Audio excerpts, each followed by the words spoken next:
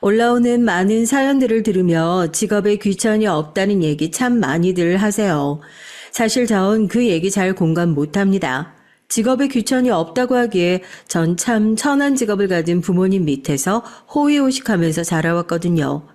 부모님 직업이 천한데 어떻게 잘 먹고 잘 살았냐 말이 안 된다 싶으시겠지만 이것보다 제 유년기를 잘 표현할 수 있는 말이 없습니다. 저희 아버지 유명한 사채꾼이셨거든요. 저랑 웃으면서 대화 잘 나누고 있던 사람도 제가 이 말 딱 꺼내는 순간 표정이 싹 바뀌더라고요. 특히나 돈 때문에 서러운 일을 당해봤던 사람들이라면 더더욱이요. 더러운 돈으로 벌어먹고 살았던 자식이라고 침을 뱉고 가버리시는 분들도 있어요. 그래도 제가 이걸 숨기지 않고 솔직하게 얘기하는 이유는 딱 하나입니다. 아버지가 하신 일에 대한 부채의식 같은 걸 가지고 있거든요. 제가 어렸을 때부터 귀에 닳도록 듣고 살아온 얘기가 이거예요. 우리 불법 아닙니다. 우리도 사업자 등록 다 내고 합법으로 하는 겁니다. 말이 좋아 사채업이지 그냥 고리대금업이라고 부르는 게 맞겠죠. 금전적으로 어려움을 겪으면서 은행에서도 등을 돌린 사람들, 그렇게 돌고 돌아 결국 아버지 같은 사람들에게나 손을 벌릴 수밖에 없는 사람들에게 벗어날 수 없는 멍에를 씌우면 죄의식이라고는 없어 보이는 모습이 정말 끔찍하게 싫었습니다. 다들 아실 거예요. 지금이야 법적으로 테두리가 생겼고 그래서 어느 정도 보호받을 수 있는 장치라는 게 있지만 예전에는 그렇지만도 않았거든요. 보통 사람들과 의식구조 자체가 다른 느낌이었어요. 헤어나올 수 없는 늪에 빠진 사람들을 보면서 마치 도움의 손길을 내미는 척 더 빠져나오지 못하는 깊은 수렁으로 밀어버리는 주제에 자기가 아니면 누가 이 사람들을 구제해 주겠냐는 가짜는 선민의식을 가지는 아버지가 죽도록 싫었습니다. 야, 이 기집애야. 네가 그렇게 싫어 죽겠다는 표정으로 쳐다보면 어쩔 거야. 결국 너 이거 입고 있는 거, 네 주둥이로 들어가는 거, 이거 다 누구 호주머니에서 다 나오는 건데. 너네 애비 잘 만나서 이렇게 호강하는 줄이나 알아야 돼. 이래서 기집애들은 잘해주면 안 된다니까. 내가 즐길 때는 좋고, 근데 또 이게 고귀하고 깨끗한 돈이었으면 좋겠고. 하여튼 이거 아주 그냥 배만 빌려서 나온 게 아닌가 보네. 지 엄마랑 하는 짓이 똑같아. 술만 마시면 아버지가 쳐다보는 눈빛이 똑같아서 재수없다고 얘기하는 저희 어머니도 마찬가지로 그런 아버지에게 돈을 빌리셨던 채무자 중 한 사람이었다는 것까지만 아버지와 함께 일을 하시는 불량한 다른 아저씨들을 통해 알 수 있었죠. 무슨 지독한 악연 때문에 저까지 낳게 되셨는지 모르겠지만요. 어머니가 어떻게 되셨는지 살아 계셨는지조차 알 수 없었지만 하지만 분명한 건 저의 존재가 어머니가 세상에서 가장 인정하고 싶지 않으셨을 거라는 것. 그거 하나만큼은 분명한 사실이었죠. 그건 아무리 바보인 사람도 알 수 있잖아요. 태어날 때부터 부모님에게 존재 자체를 부정당하는 존재라니 얼마나 슬프고 끔찍해요. 인정하고 싶진 않았지만 어머니가 안 계시는 상황에서 저의 법적인 보호자는 아버지라고 부르고 싶지도 않은 아버지뿐이었고 제가 자는 집, 제가 먹는 밥, 제가 입는 옷, 제가 쓰는 돈 모두 그 제가 말하는 더러운 돈이라고 부르는 것들. 그러니까 약한 사람들 호주머니에서 나오는 것들이었죠. 동네에서는 제가 사채업자 딸이라는 소문이 너무 파다하니까요. 물론 그런 소문이 돈다고 해도 누구 하나 저를 건드리는 사람이 없었지만 아버지에게 사정사정해서 일부러 집과는 멀리 떨어진 곳으로 계속 학교를 옮겨 다녔어요. 제발 입 다물고 학교를 다닐 테니까 학교라도 먼 곳으로 보내달라고요. 어차피 1년도 안 돼서 어떻게 소문이 나는 건진 몰라도 사채업자 딸이라고 전교에 소문이 쫙 나고 어제까지 친하게 지내던 친구들도 다음날 벽 보듯이 모른 척을 하기 일쑤였지만 말입니다. 항상 넘치게 벌었던 아버지였으니까요.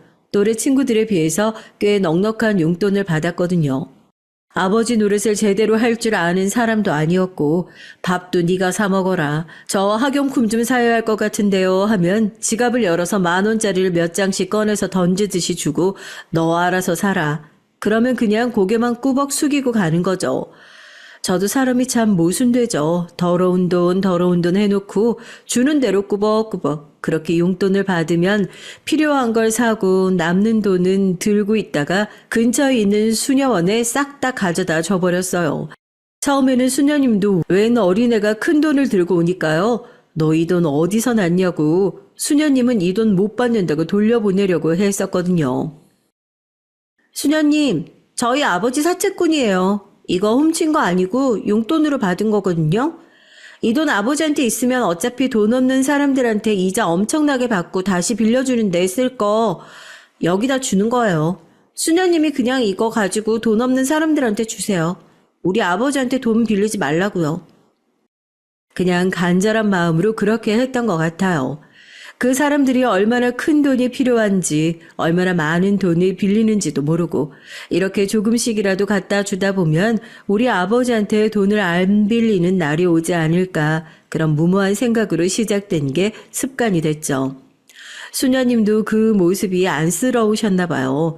너 이름이 뭐냐고 거기서 밥도 얻어먹고 기도도 하고 청소도 하고 학교를 다녀오면 대부분의 시간은 거기서 보냈던 것 같습니다. 아버지야 뭐 제가 어디 가서 뭘 하고 다니는지 관심도 크게 없었던 사람이니까 참 다행이다 싶었죠. 남의 등쳐먹으면서 그렇게 평생 호의호식할 줄 알았던 아버지였는데 사필귀정이라는 말이 정말 있긴 있나 봅니다. 제가 고등학교에 올라간 지 얼마 안 된 어느 날이었어요. 그날도 수녀원에서 수녀님을 따라 어린아이들을 돌보다가 집으로 돌아갔는데 아버지와 함께 있는 삼촌들이 현관에서부터 줄을 지어서 서 있더라고요.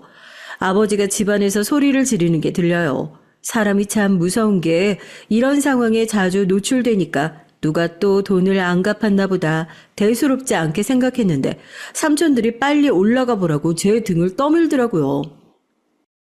넌 어디 갔다가 이제 기어들어와? 빨리 짐 챙겨. 30분 내로 떠나야 되니까.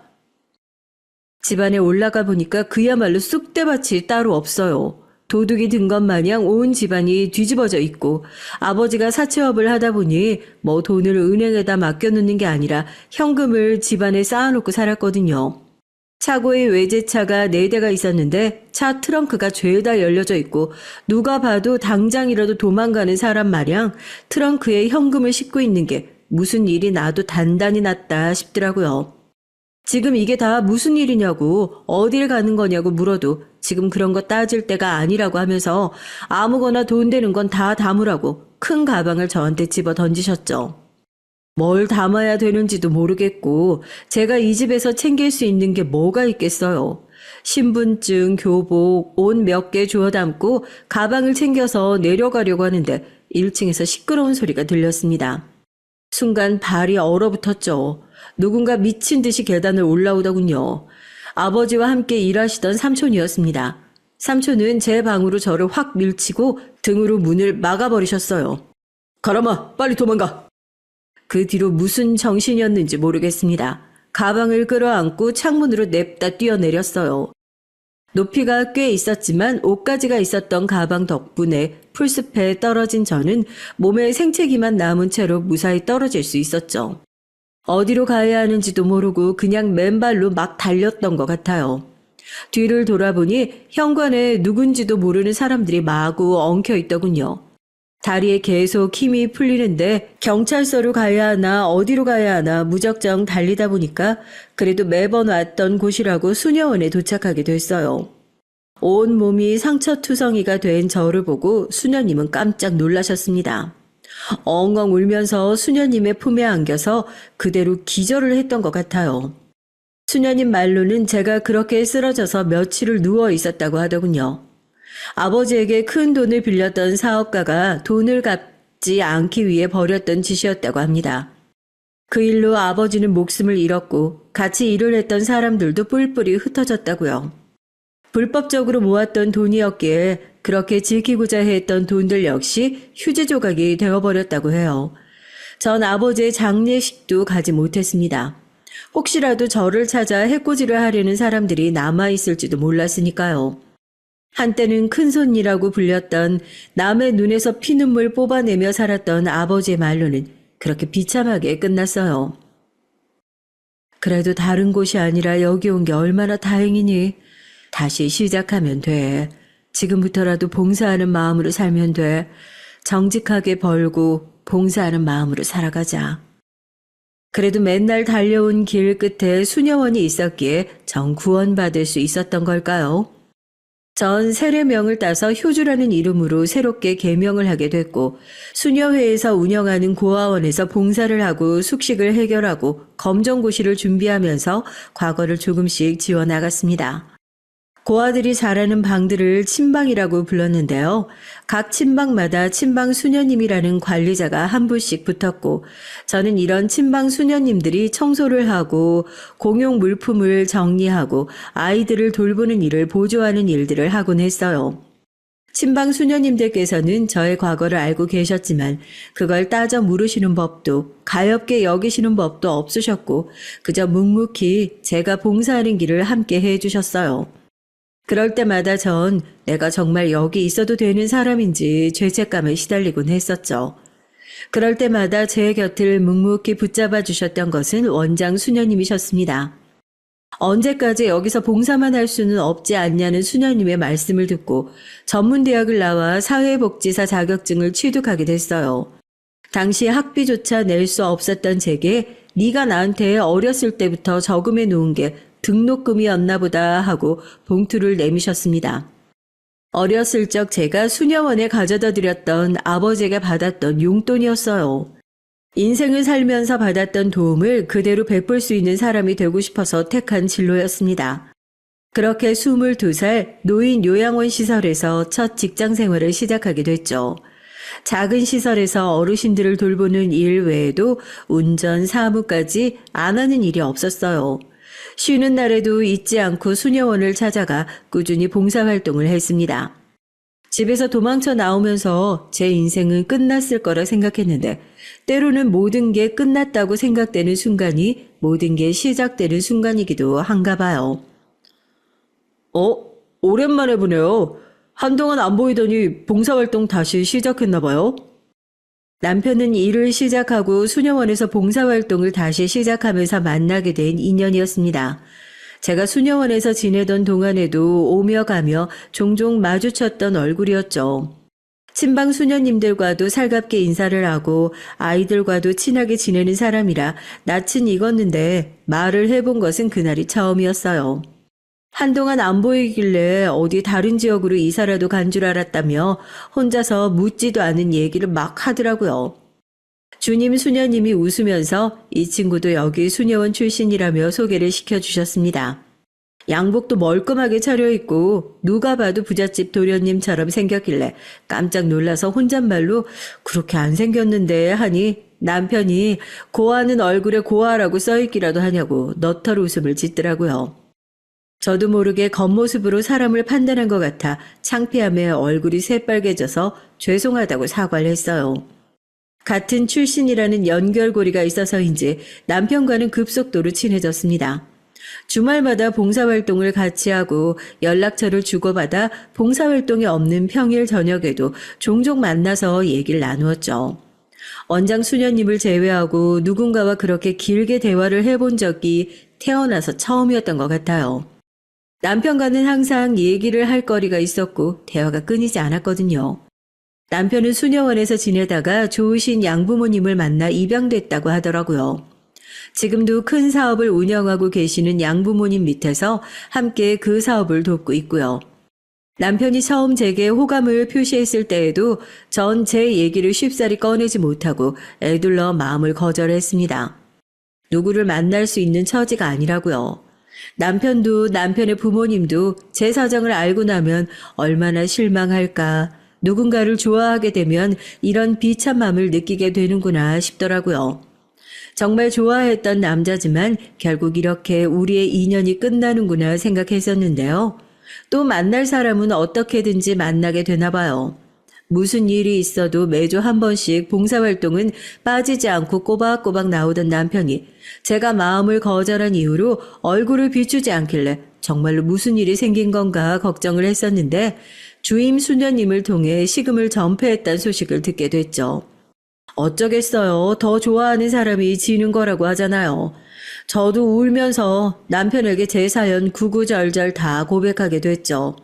그것도 처음이었네요. 제 옛날 얘기를 해본 거요. 남편이 버럭 화를 내더라고요. 대체 본인 잘못도 아닌 과거가 뭐가 중요하냐고요. 저한테는 너무나도 중요했거든요. 죄가 되물림되는 기분으로 평생 살았으니까요.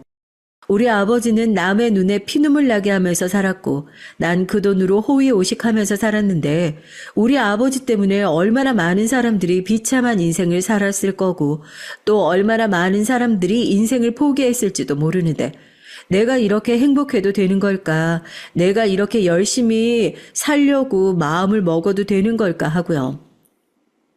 남편이 그런 생각을 하는 제가 너무 안쓰럽다고 그냥 옛날 일 같은 거 다 털어버리고 이젠 좀 내 생각만 하고 행복하게 살면 안 되겠냐고 그러더라고요. 그 얘기를 듣고 펑펑 울었습니다. 사실 누구보다도 그 얘기를 듣고 싶었던 건 저였으니까요. 아무 생각 없이 마냥 행복하고 싶었죠. 조금 이기적이더라도 저도 제 생각만 하면서 아버지라는 사람은 까맣게 잊어버리고 제 인생을 살고 싶었어요.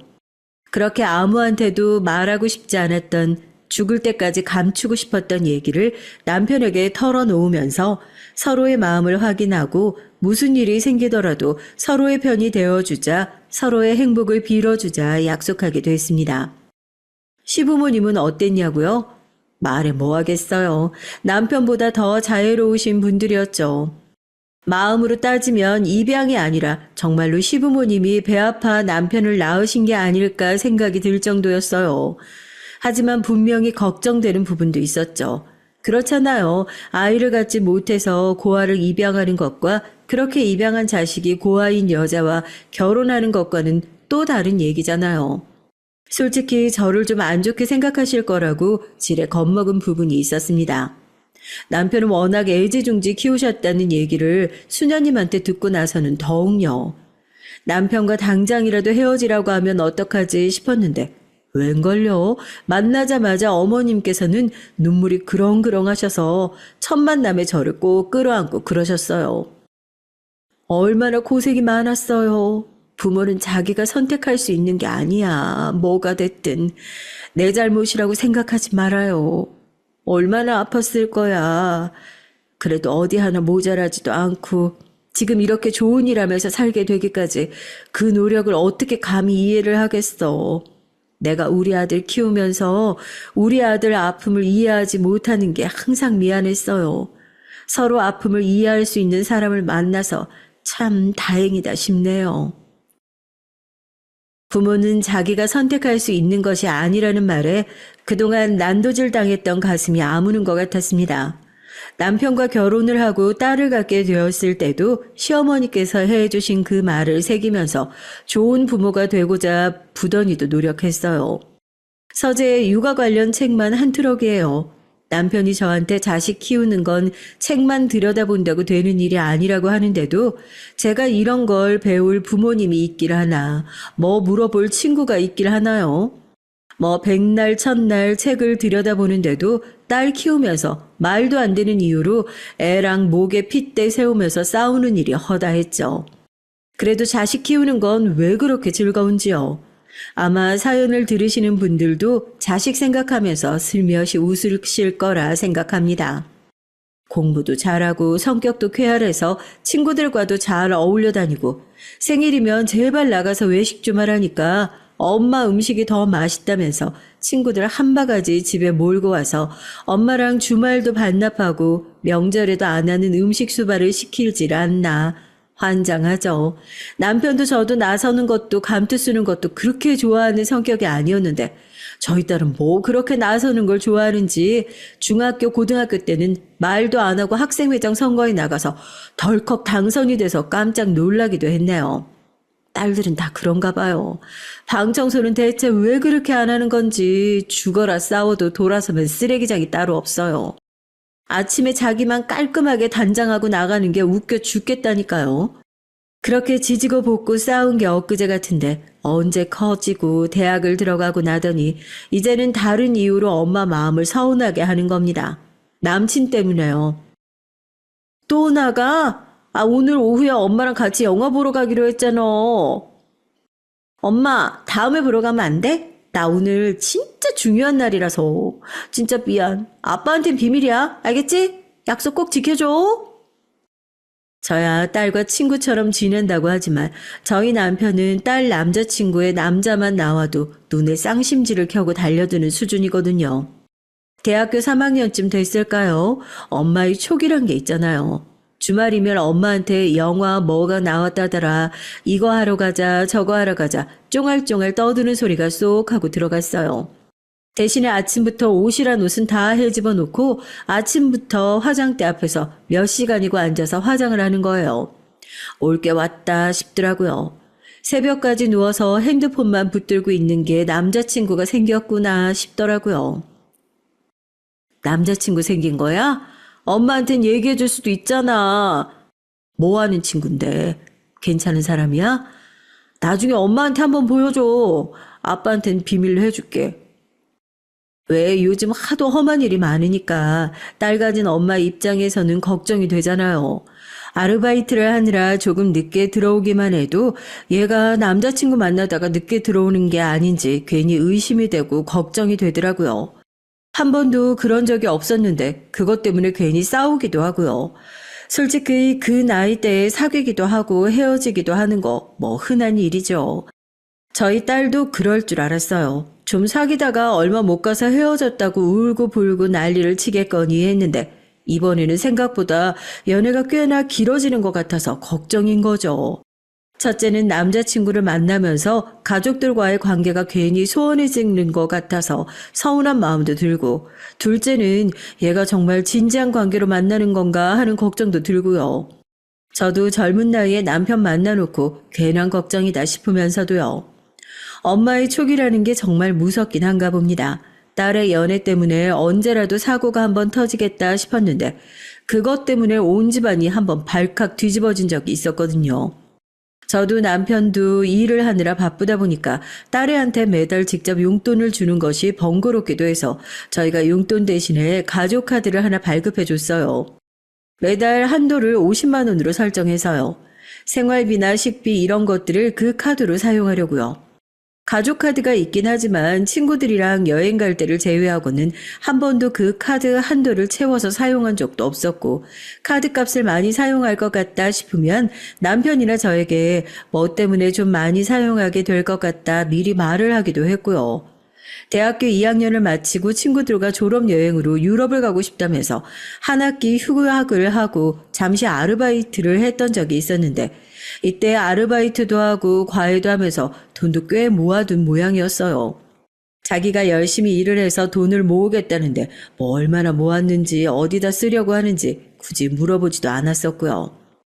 그런데 딸이 연애를 하기 시작하고서부터 딸 명의로 발급해준 가족카드 고지서의 명세서가 날아오는데 조금 의아했습니다.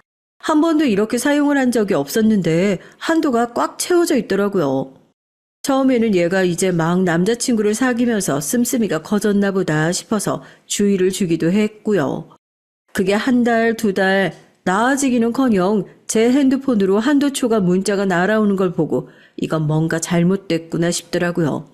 다른 건 몰라도 돈과 관련된 문제는 초장에 주의를 줘야겠다 싶었는데 진짜 문제는 그 후에 터졌습니다. 당시 전 기존에 하고 있던 사회복지사 일을 정리하고 남편과 준비하는 일이 있어서 대학원을 다니며 강의를 듣고 있던 시기였어요. 강의를 듣고 집으로 돌아오는데 우편함에 봉투가 하나 꽂혀 있더군요. 땡땡카드 명세서 제중 남편도 저도 쓰지 않는 카드사였기에 처음엔 잘못 온 우편물이겠거니 생각하고 반송함에 넣으려다가 멈칫할 수밖에 없었습니다. 받는 이에는 딸의 이름이 선명하게 찍혀져 있었으니까요. 황급히 집으로 올라가 우편물을 뜯어봤죠.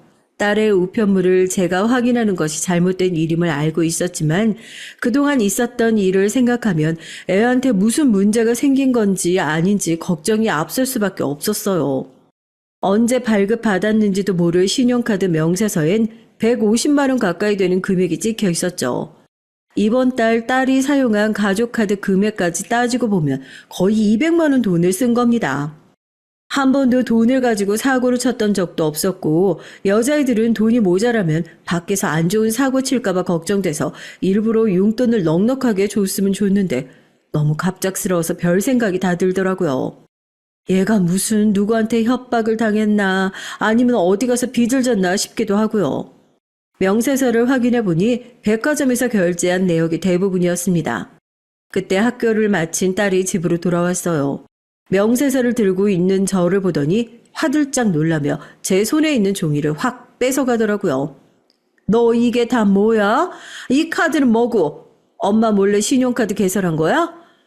네가 대체 이 큰 돈이 어디다가 필요해서? 대체 백화점에서 뭘 샀길래 돈이 이만큼 나와? 밖에서 대체 무슨 짓을 하고 다니는 거야? 당장 설명 못해? 엎친 데 덮친 격으로 남편까지 돌아오고 이게 대체 무슨 일이냐고 나름대로 최선을 다해 딸을 키웠다고 생각했는데 이런 사고가 터지고 나니까 내가 딸을 잘못 키웠나 속이 먼저 상하더라고요. 남편이 이럴 때는 또 엄청 엄해요. 왜 자기 우편물을 함부로 보냐고 저한테 대들던 딸도 남편이 표정을 확 굳히고 당장 앉아서 이게 뭔지 설명하라고 정색을 하고 얘기를 하니까 아무 말도 못하고 우물쭈물 하더라고요. 또 너무 몰아세우면 제대로 얘기를 하지 않을까 싶어 딸을 앉혀놓고 차분히 물었습니다. 네가 대체 뭐 때문에 이렇게 큰 돈을 썼냐고요? 너 설마 이 돈 남자친구한테 쓴 거야? 보니까 남성 매장에서 쓴 것 같던데 맞니? 저도 의심가는 구석이 있잖아요. 딸한테 남자친구가 있는지도 몰랐던 남편은 더 열이 받을 수밖에 없죠. 아니나 다를까 맞답니다. 남자친구한테 협박이라도 당한 거냐고 하니까 또 그건 아니라고. 그럼 대체 뭐냐고 물으니까 딸이 펑펑 울면서 얘기를 하더라고요. 남자친구가 일하는데 필요한 물건을 사준 것뿐이라고요. 카드값도 자기가 아르바이트를 한 돈으로 다 갚을 수 있는 돈이라고 합니다. 이유를 듣고 나니까 저희 부부는 더 기가 막힐 뿐이었죠. 엄마, 내가 진짜 좋아하는 사람이야. 사람들 만나러 다니는 영업사원인데 제대로 된 양복도 시계도 없는 게 그래 보여서 내가 먼저 사주겠다고 얘기 꺼낸 거야. 그 사람이 나한테 사달라고 한 적도 없고 아르바이트비 나오면 카드값도 다 내려고 했어. 그 사람 정말 나쁜 사람 아니야. 엄마 아빠도 만나보면 좋은 사람이라고 생각할 거야. 자식 키우는 게 어려운 줄이야 알았지만 이런 이유로 뒷목 잡게 될 줄 누가 알았겠어요. 남편은 기가 차서 그런 놈은 만날 생각도 없으니까 딸한테 버럭버럭 소리 지르면서 당장 헤어지라는 소리를 하고요. 전 일단 그런 남편을 말리고 사실 확인부터 했어요. 너 정말 이거 낼 돈은 있었던 거 맞냐고요. 딸이 울면서 통장 잔액을 보여주더라고요. 아르바이트를 하면서 차곡차곡 모아둔 돈이 꽤 돼요. 명세서만 저한테 걸렸을 뿐이지 카드값은 충분히 내고도 남을 돈이더라고요. 카드를 만든 이유도 상품권도 받고 할인도 받으려고 그랬던 것뿐이랍니다. 이걸 잘했다고 할 수도 없고 알겠으니까 일단 방으로 들어가라고 남편은 아직도 화가 안 풀리나 봐요. 어디서 놈팽이 같은 놈들 만나가지고 뼈 빠지게 일한 돈 다 퍼주고 있냐고요. 아우 그럼 저기다 대고 뭐라고 그래. 지가 좋아서 사줬대잖아. 집에 있는 돈 훔쳐다가 사준 것도 아니고 자기가 아르바이트해서 번 돈으로 사줬다는데 물론 허락도 안 받고 신용카드 만든 건 잘못한 일이지만 쟤도 성인이고 마냥 뭐라고 할 일은 아닌 것 같아서 그래. 차라리 우리가 한번 만나보는 게 어때요? 우리가 소민이 안 믿어주면 누가 우리 딸을 믿어주겠어. 제 딴에는 지금 얼마나 억울할 거야. 제 얘기에 남편의 화도 조금은 누그러진 눈치였습니다. 잘못한 건 확실히 혼내되 인정할 건 인정해 주자는 게 제 결론이었죠. 그때까지만 해도 만나보지도 않고 사람을 함부로 판단하지 말자고 생각했으니까요. 한편으로 딸에게 그 남자친구가 한때 잠깐 스쳐가는 인연이라고 생각했던 게 가장 큰 이유였기도 했습니다. 곧 졸업을 앞둔 딸이 취업을 하고 나면 더 좋은 사람들이 주변에 많이 찾아올 거고 그렇게 되면 자연스럽게 지금의 남자친구와는 헤어지고 결혼할 상대를 만나지 않을까 싶기도 했고요. 아니다 싶은 사람이 있으면 빠르게 싹을 잘라놨어야 되는데 그걸 몰랐던 겁니다. 딸한테 얘기를 했죠. 그럼 남자친구를 집에 한번 데리고 와봐라. 엄마랑 아빠도 네가 어떤 사람을 만나고 있는지 알아야 안심이 될 것 같다. 그렇게 사위를 처음 만나게 됐습니다. 학교 선배라고 하더라고요. 잔뜩 긴장한 얼굴로 보험회사 명함을 내밀고 남편은 자산관리사라고 적혀있는 명함을 보자마자 얼굴을 확 구기더라고요. 제가 그런 남편을 팔꿈치로 툭 치고 최대한 살갑게 얘기를 했죠. 우리 소민이가 이제 졸업반이에요. 영업직이라 많이 바쁘죠? 각자 지금 집중하고 서로 하는 일 소홀히 하지 않았으면 좋겠네요. 중요한 시기니까요. 첫인상이 좋았을 리가 있겠어요. 집에서 그 난리가 난 건 둘째치고 딱 봐도 저희 딸이 사준 양복이며 시계를 차고 있는 모습도 마음에 들지 않아 죽겠는데 언제 봤다고 어머님 소리를 살갑게 하는 모습을 보니까 아무리 편견을 갖지 않으려고 속으로 100번 1000번 노력을 해도 속으로 울컥울컥 짜증이 올라오는 건 참을 수가 없더라고요. 그렇게 인사를 시키고 나서 한동안 잘 만나지도 않고 잠잠하게 취업 준비를 하고 6개월도 되지 않아 대기업에 덥석 합격을 해서 남편과 제가 기특하며 어쩔 줄을 몰라하며 기뻐하고 있는데 이거 완전히 동상이몽이었던 거죠. 딸은 자기 딴에는 나름대로 부모님한테 자기 남자친구 인사시키고 인정받았다고 생각하고 있었던 거예요. 저희는 나름대로 선을 그었던 건데요. 이제 취업도 했고 나름대로 자리도 잡았으니까 정식으로 인사하고 결혼 허락해줬으면 좋겠어. 엄마가 그랬잖아. 서로 하는 일 소홀히 하지 않았으면 좋겠다고. 우리도 나름대로 엄마한테 인정받고 싶어서 노력하는 모습 보여준 거야. 허락해줘. 제 딸이지만 어쩜 그렇게 거품 무는 소리만 골라가지고 하는지 남편과 제가 몇 날 며칠을 뜯어 말렸는지 모르겠습니다. 결혼이라는 게 원래 사랑만으로도 조건만으로도 이루어지는 게 아니다. 너 지금 사랑만 가지고 결혼하려고 하는 거나 다름없다. 그거 하나 가지고 평생 인생을 건다는 게 얼마나 모험인 줄 아냐. 그게 세상에서 가장 변하기 쉬운 감정이다. 네가 살면서 몇 명이나 만나보고 사람 보는 눈을 얼마나 키워봤냐고. 벌써 결혼을 하겠다고 달려드는 거냐. 한 번 선택하면 후회할 수도 물을 수도 없는 게 결혼이다. 무슨 소리를 해도 이미 딸 귀에 들리지도 않더라고요. 그렇게 하나부터 열까지 따져서 하는 게 결혼이라면 저와 남편은 어떻게 결혼을 할 수 있었냐며 기어이 저희 가슴에 대못까지 박더라고요.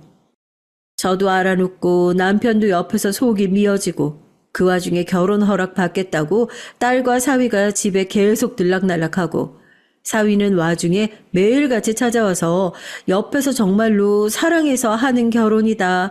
허락만 해주시면 후회하지 않도록 할 자신 있다. 불난집에 부채질 하듯이 무릎을 꿇고 호소하고 어쩌겠어요. 결국 자식 이기는 부모 없다고 하잖아요. 대체 누굴 닮아서 고집이 저 모양인지 폭폭해서 가슴을 퍽퍽 두드려봐도 결국 내 배 아파서 낳은 내 자식이니 날 닮은 거겠죠. 울며 겨자 먹기인 심정으로 두 사람이 결혼을 허락하게 됐습니다. 저야 제 자식이 100번 보고 1000번 봐도 모자란 상황이었지만 두 사람이 진심으로 사랑한다는 그 말 하나 믿어보자는 심정으로 허락하게 됐고 딸은 기다렸다는 듯 양가의 인사를 다녀오더니 상견례 날짜를 잡아 저희에게 알렸어요. 여보, 난 아무리 생각해도 이게 맞는지 모르겠어요. 우리 잘하는 거 맞겠지? 남들은 사위가 그렇게 믿음직스럽고 든든하다는데 난 이상하게 믿음이 안 가. 우리 딸 믿고 맡겨야 하는데 왜 이렇게 답답하고 불안한지 모르겠어. 내가 너무 생각이 많은 거겠지? 상견례 전날까지 이상하게 불안해하는 저의 손을 꼭 잡아주면서 남편은 저를 달랬습니다. 조건 없이 사랑을 택하려고 하면 그것도 저희 딸의 팔자라면서요. 우리 딸을 너무 품 안의 자식으로 키웠다면서 이제 막상 딸 결혼시키려고 하니까 안 해도 될 걱정까지 드는 거라나요? 사서 걱정일 거라고 생각하면 남편의 손을 꼭 붙잡고 눈을 감았습니다. 그때까지만 해도 제 이유 없는 불안이 현실이 될 거라고는 상상도 하지 못한 채 말이에요. 상견례 당일 긴장한 남편과 저와 달리 딸은 굉장히 들뜨고 신나 보이더라고요. 그래도 행복해하는 딸의 모습을 보니까 어제의 걱정이 조금은 덜어지는 느낌이었죠. 그래, 네가 그렇게 좋으면 됐다 하는 마음이라고 해야 되나요? 딸과 함께 상견례 장소를 향하니까 먼저 도착해 있던 사돈댁이 살갑게 인사를 건네오셨죠.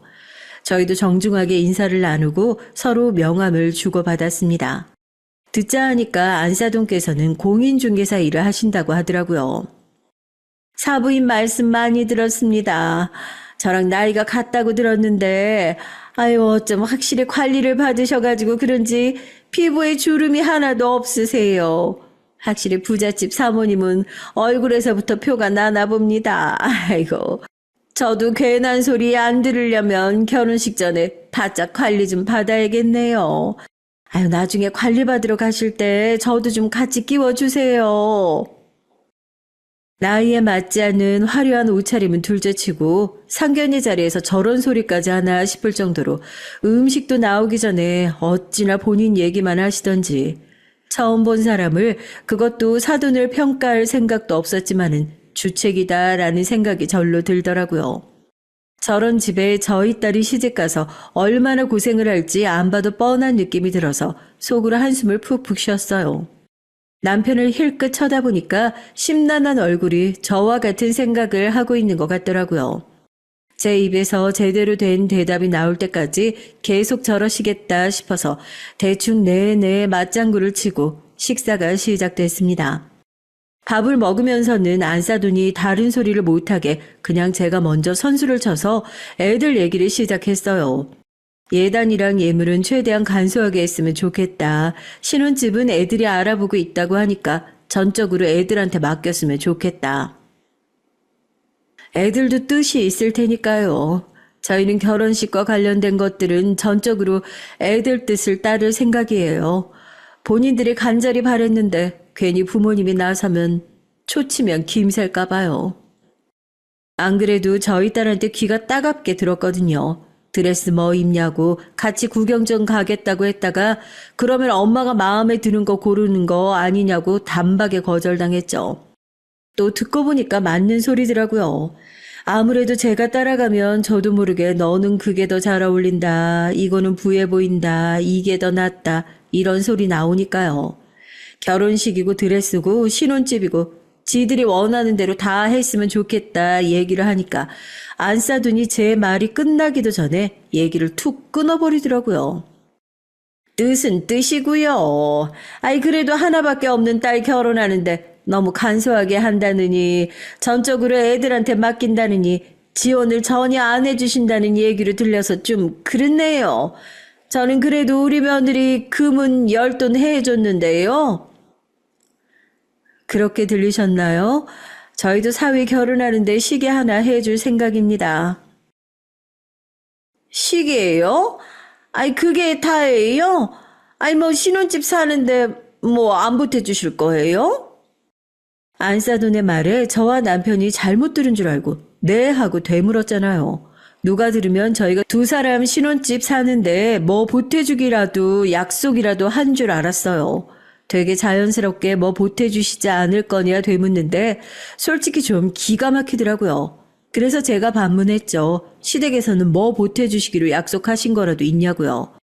그러니까 웃으면서 아유 그런 게 아니라 혹시 친정에서 딸이 하나밖에 없으니까 뭐 따로 챙겨주시기로 약속한 거라도 있나 궁금해서 물어봤답니다.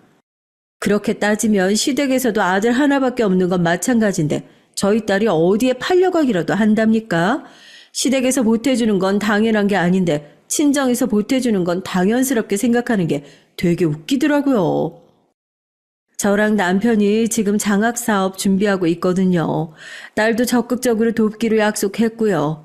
회사 운영하는 거 제외하고는 장학사업 쪽에 투자할 예정이라서 저희 딸 결혼식은 좀 약소하게 진행하려고 해요. 본인이 그걸 원하기도 하고요. 저희도 처음 시작할 때 작은 집에서 시작했습니다. 아직 두 사람 다 초년생인데 처음부터 다 갖춰놓고 시작할 필요가 뭐가 있나 싶어요. 같이 살면서 서로 노력해서 하나씩 채워가는 게 맞다고 생각합니다. 저희가 하나밖에 없는 딸 아까워서 지원 안 하는 게 아니니까 너무 아깝게 생각 안 하셨으면 좋겠네요. 오해를 만들어 두면 안 되겠다 싶어 제가 단호하게 얘기를 했죠. 안사도는 절대 그렇게 생각한 거 아니라고 대답을 했지만 식사 자리 내내 얼굴에 불편한 기색을 내비쳤습니다. 아니나 다를까 잠시 화장실에 다녀오겠다고 자리에서 일어나더니 저희 딸의 어깨를 톡톡 치더니 따라오라는 손짓을 하더라고요. 혹시 아까 제가 한 얘기 때문에 그러나 싶어 따라갈까 하다가 남편이 두 사람이서 서로 따로 얘기하게 놔두라고 그러는 겁니다. 저희 어머니 때문에 불편하셨다면 죄송해요. 원래 저러시는 분이 아닌데 저희끼리는 얘기가 다 잘 마무리된 부분이니까 신경 쓰지 않으셔도 돼요.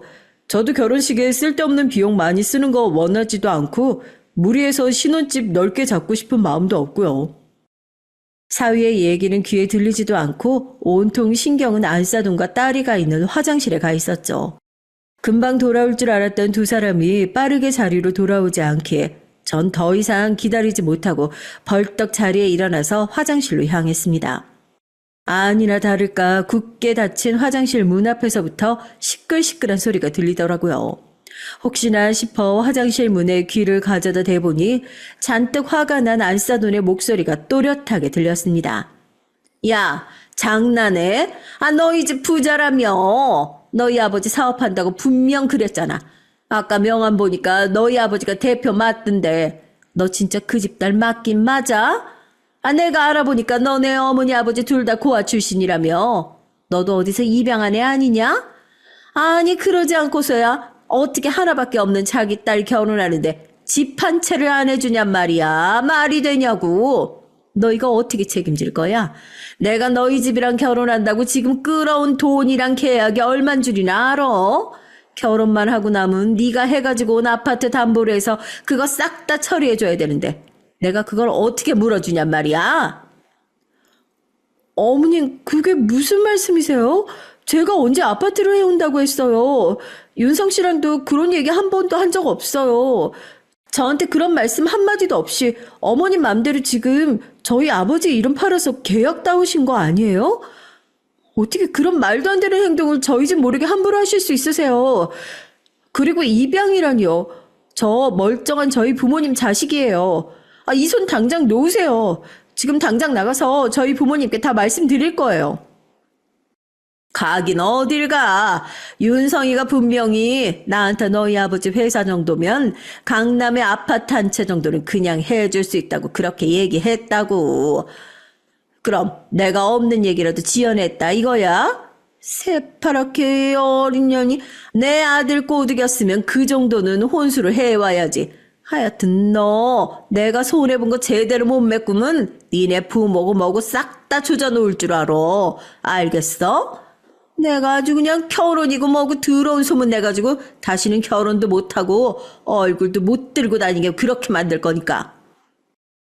철문 너머로 들려오는 대화를 듣는 순간 앞뒤를 분간할 새도 없이 문고리를 잡고 마구 흔들었습니다. 아예 들어오지 못하게 안쪽에서 문을 잠궈둔 모양이더군요. 주변을 두리번거리다가 벽돌을 발견하고 손에서 피가 나는 줄도 모르고 벽돌로 문고리를 마구 쳐서 문을 열었습니다. 문이 열리자마자 딸이 제 얼굴을 보고 울면서 뛰쳐나왔고 당황한 안사돈이 저를 보면서 뭔가 오해하는 게 있는데 그거 놓고 자기 얘기 들어보라고 손으로 저를 막아서더군요. 네가 감히 내 딸한테 어떻게 감히 내 딸한테 그딴 짓을 할 수가 있어? 안사돈이 저를 막아설 새도 없이 짝소리나게 뺨을 후려쳤습니다. 바닥에 나둥그라지는 안사돈을 내팽개치고 딸을 붙잡아 다친 곳이 없는지 확인했어요. 얼마나 무서웠는지 몸이 덜덜 떨리는데 분이 풀리지가 않더라고요. 제 목소리를 들었는지 남편도 한달음에 달려왔고 사위는 자기 어머니가 쓰러져 있는 것을 보고 상황이 잘못된 것을 눈치챘는지 저희를 보자마자 뒤돌아 도망치기 시작했습니다. 당장 경찰 불러주세요. 여기요. 여기 당장 경찰 불러주세요. 아침까지만 해도 설렘으로 가득 차 있던 딸의 상견례장은 그렇게 상처만 남은 채 아수라장으로 끝나고 말았죠. 경찰서에 도착하자마자 모든 상황을 진술했습니다. 저희 이름을 팔아서 계약금을 끌어오고 주위에서 투자금을 유치했다는 정황을 모두 말이에요.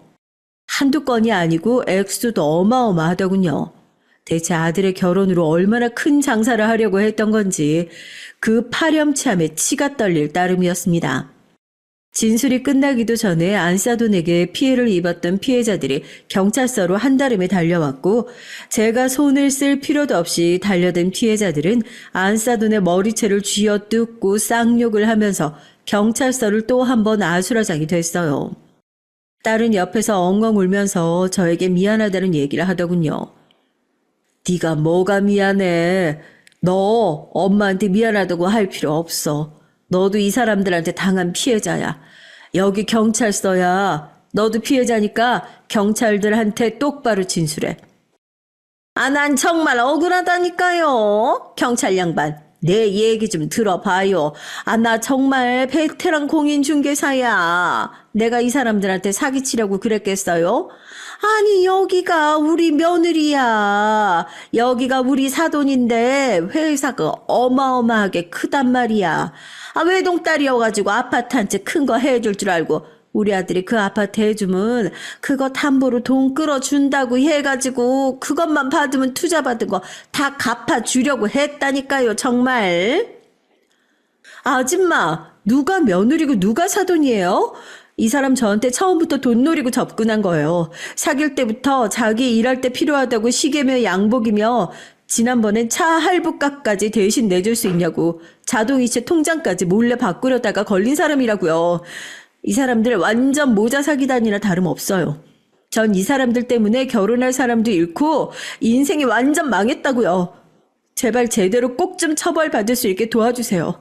부탁드려요. 엉엉 울고 있는 딸의 모습을 보는데 왜 그렇게 안쓰러운지요. 곧이어 저희 쪽 변호사가 도착하고 저희가 구구절절 진술을 할 필요도 없이 상황은 꽤나 빠르고 깔끔하게 종료됐습니다. 두 사람은 실형을 피하기 어려워 보이더라고요. 억울하면 그쪽도 제대로 된 변호사를 선임하라는 말에 그제서야 본인이 다 잘못했으니 합의라도 해주면 안 되겠냐고 무릎을 꿇고 빌기 시작하는 모습이 한심하기 짝이 없었습니다. 저런 것도 사위라고 주워온 딸에게 울컥 화가 나기도 했지만 제가 얘기했던 대로 제 딸 역시 이런 파렴치한들에게 당한 피해자니까요. 차마 경찰서라 뺨을 후려갈기지는 못하고 엎드려서 빌고 있는 사위의 손등을 구두굽으로 꾹 쥐려밟아 줬습니다. 손등을 밟힌 사위가 비명을 지르더군요. 아프니? 아파! 지금 내 딸 마음 더 아파, 이 쓰레기야. 이제 깜빵 들어가서 네 손등에 나 있는 구멍 보면서 평생 후회하면서 살아. 욕심 많고 무식한 우리 엄마 때문에 그런 엄마를 못 말리고 부추긴 나 때문에 우리가 지금 이렇게밖에 못 사는구나 하고 잘못을 저지른 사람이나 잘못을 저지르는 걸 알고도 못 말린 사람이나 똑같은 쓰레기야.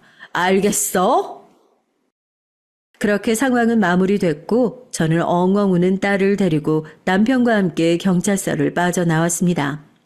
그 일이 있었던 지도 벌써 3개월이 지나가네요. 사기만 치면서 살아왔던 두 사람인데 뭐 피해자들 돈을 갚을 능력이나 되겠어요. 결국 변제 능력도 없이 실형 선고를 받고 조만간 두 모자 나란히 구치소로 들어갈 예정이랍니다. 딸은 저만큼 마냥 속이 시원해 보이진 않아서 걱정이에요. 몇 년을 좋은 사람이라 생각하면서 만나왔고 결혼까지 할 뻔했던 남잔데 곧 감옥에 간다고 하니 뭐 마냥 기분이 좋을 수만은 없겠죠. 하지만 이번 일을 통해서 저희 딸도 뭔가 배우는 게 있었으면 좋겠습니다. 적어도 쓰레기를 가려낼 수 있는 눈 정도는 키울 수 있는 기회가 되지 않을까 싶어요. 아버지한테서 도망쳐 나온 지난날부터 지금까지 왜 제 인생은 이렇게 어렵기만 할까?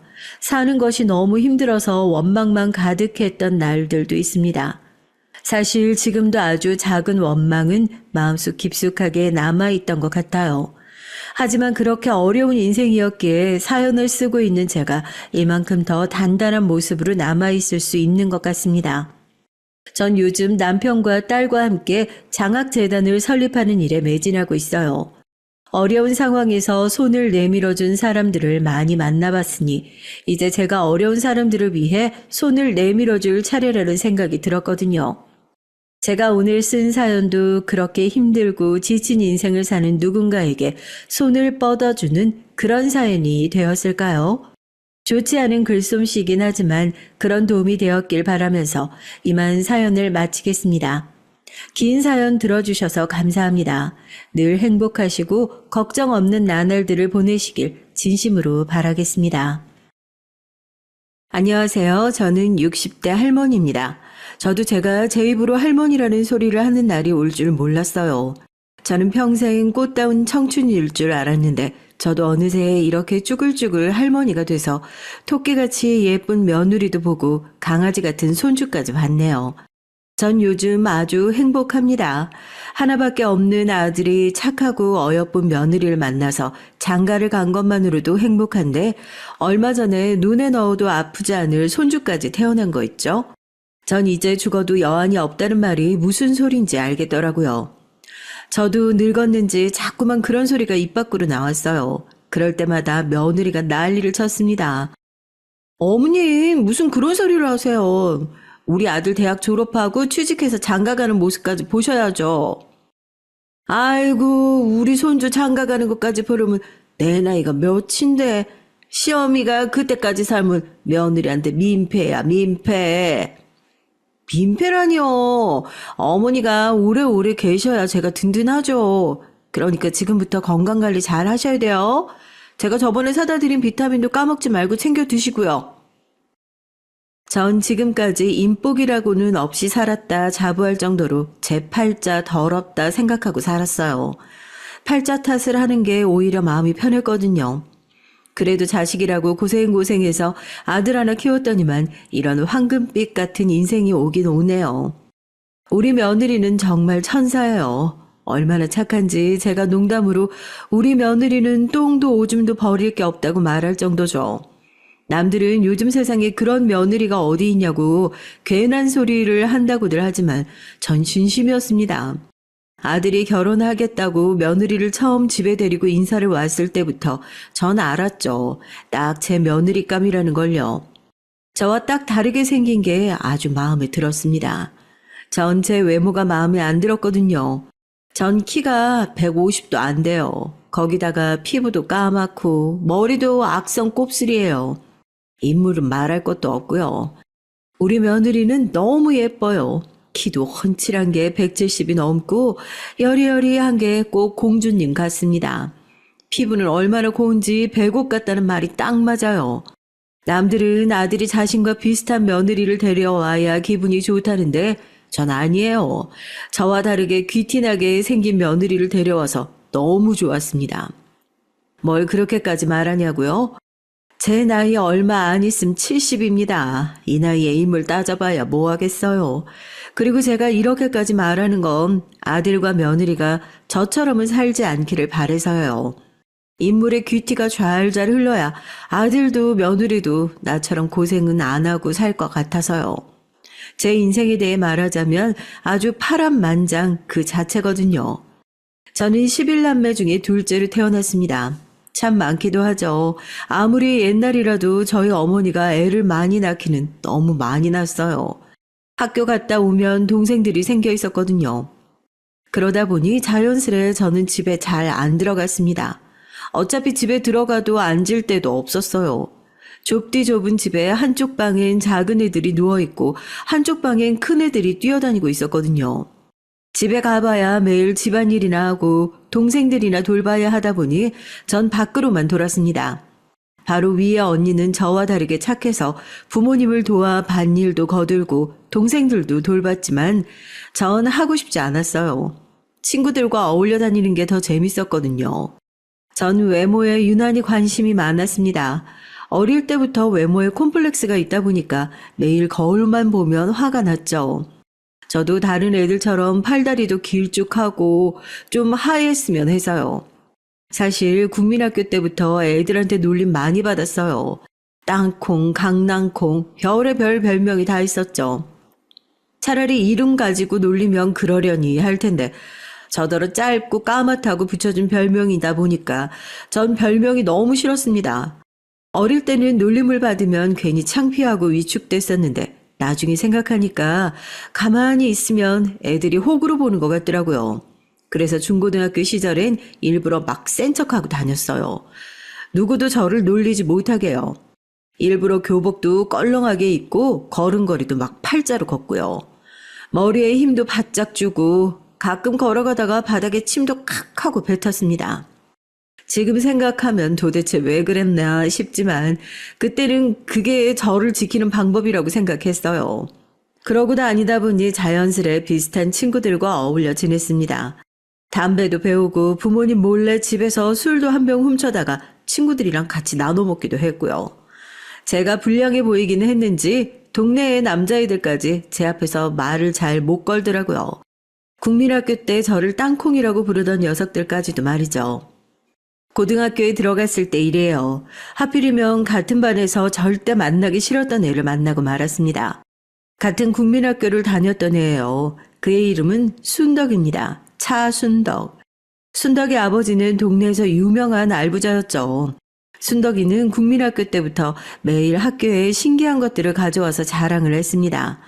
그러다 보니 애들은 다들 순덕이를 부러워했고요. 이 원피스 우리 아버지가 서울 갔다 오면서 백화점에서 사다 주신 거다? 너희 백화점 가본 적 한 번도 없지?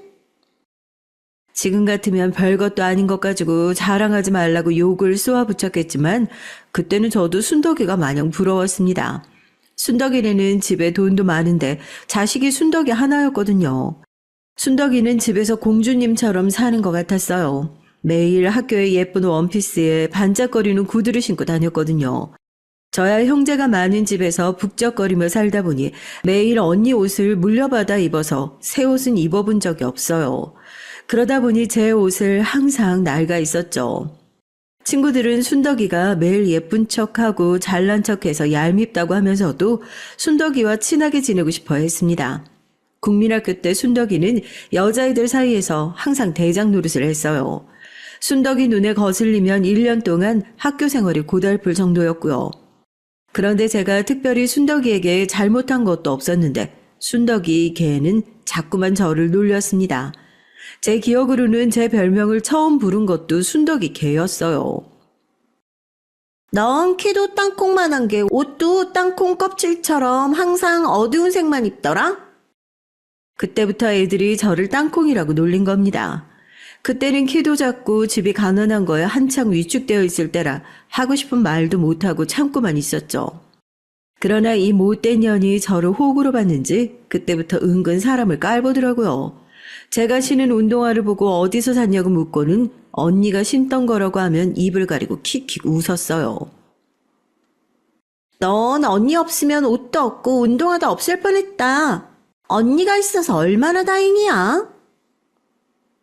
너 지금 나 옷 없다고 놀리는 거야?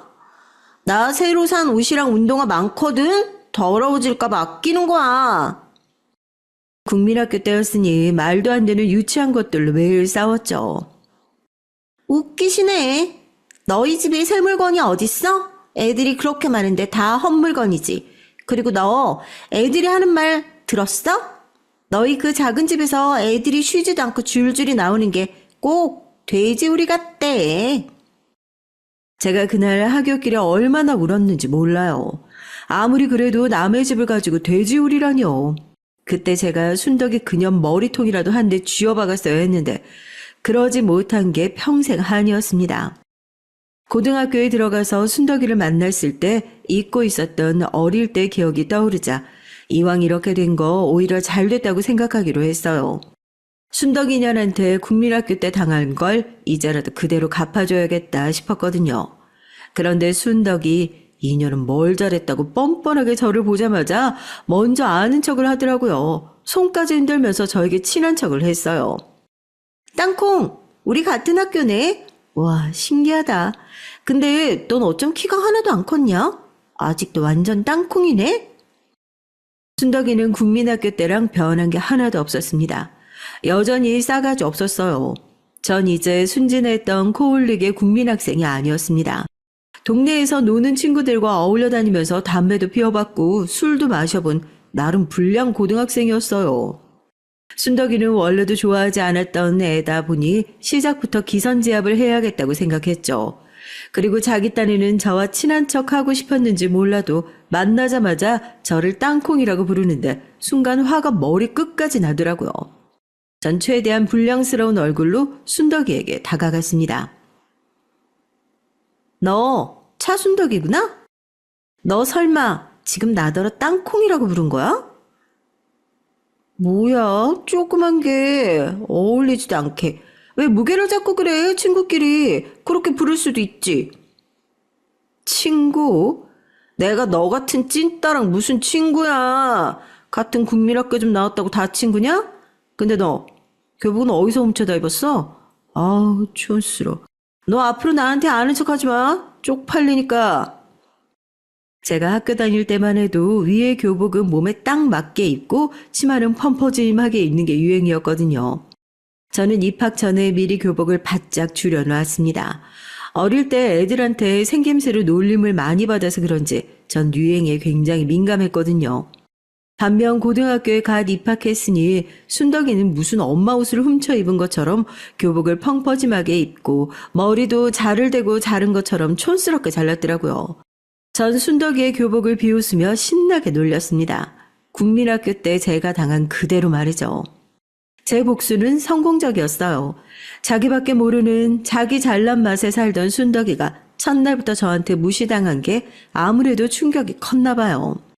1학년 내내 아주 조용하더라고요. 제 눈도 똑바로 못 쳐다보고요. 그럴 만한 게 제가 동네에서 어울려 다니던 언니들이 학교에서 꽤 주름 좀 잡던 언니들이었거든요.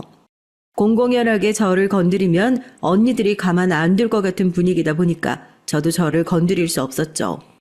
그렇게 평화롭게 고등학교를 졸업하나 싶었는데 제 팔자가 그렇게 평온할 리 없었습니다. 글쎄 제가 고등학교 졸업반 때 언니가 집을 나가 버렸어요. 믿기지 않았습니다.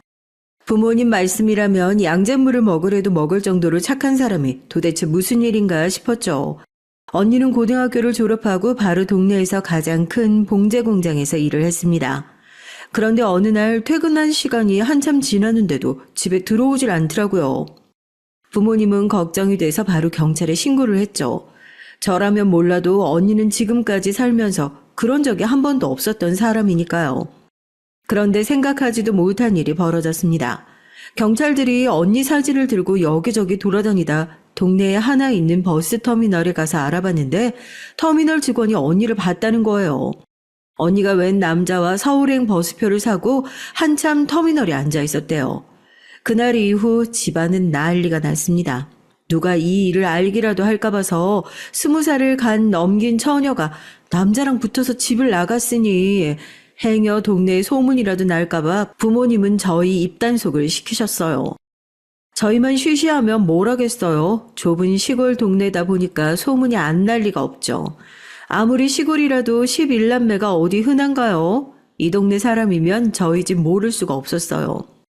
가난한 집구석에서 애를 줄줄이 11명이나 낳았으니 동네에서 모를 수가 없었죠.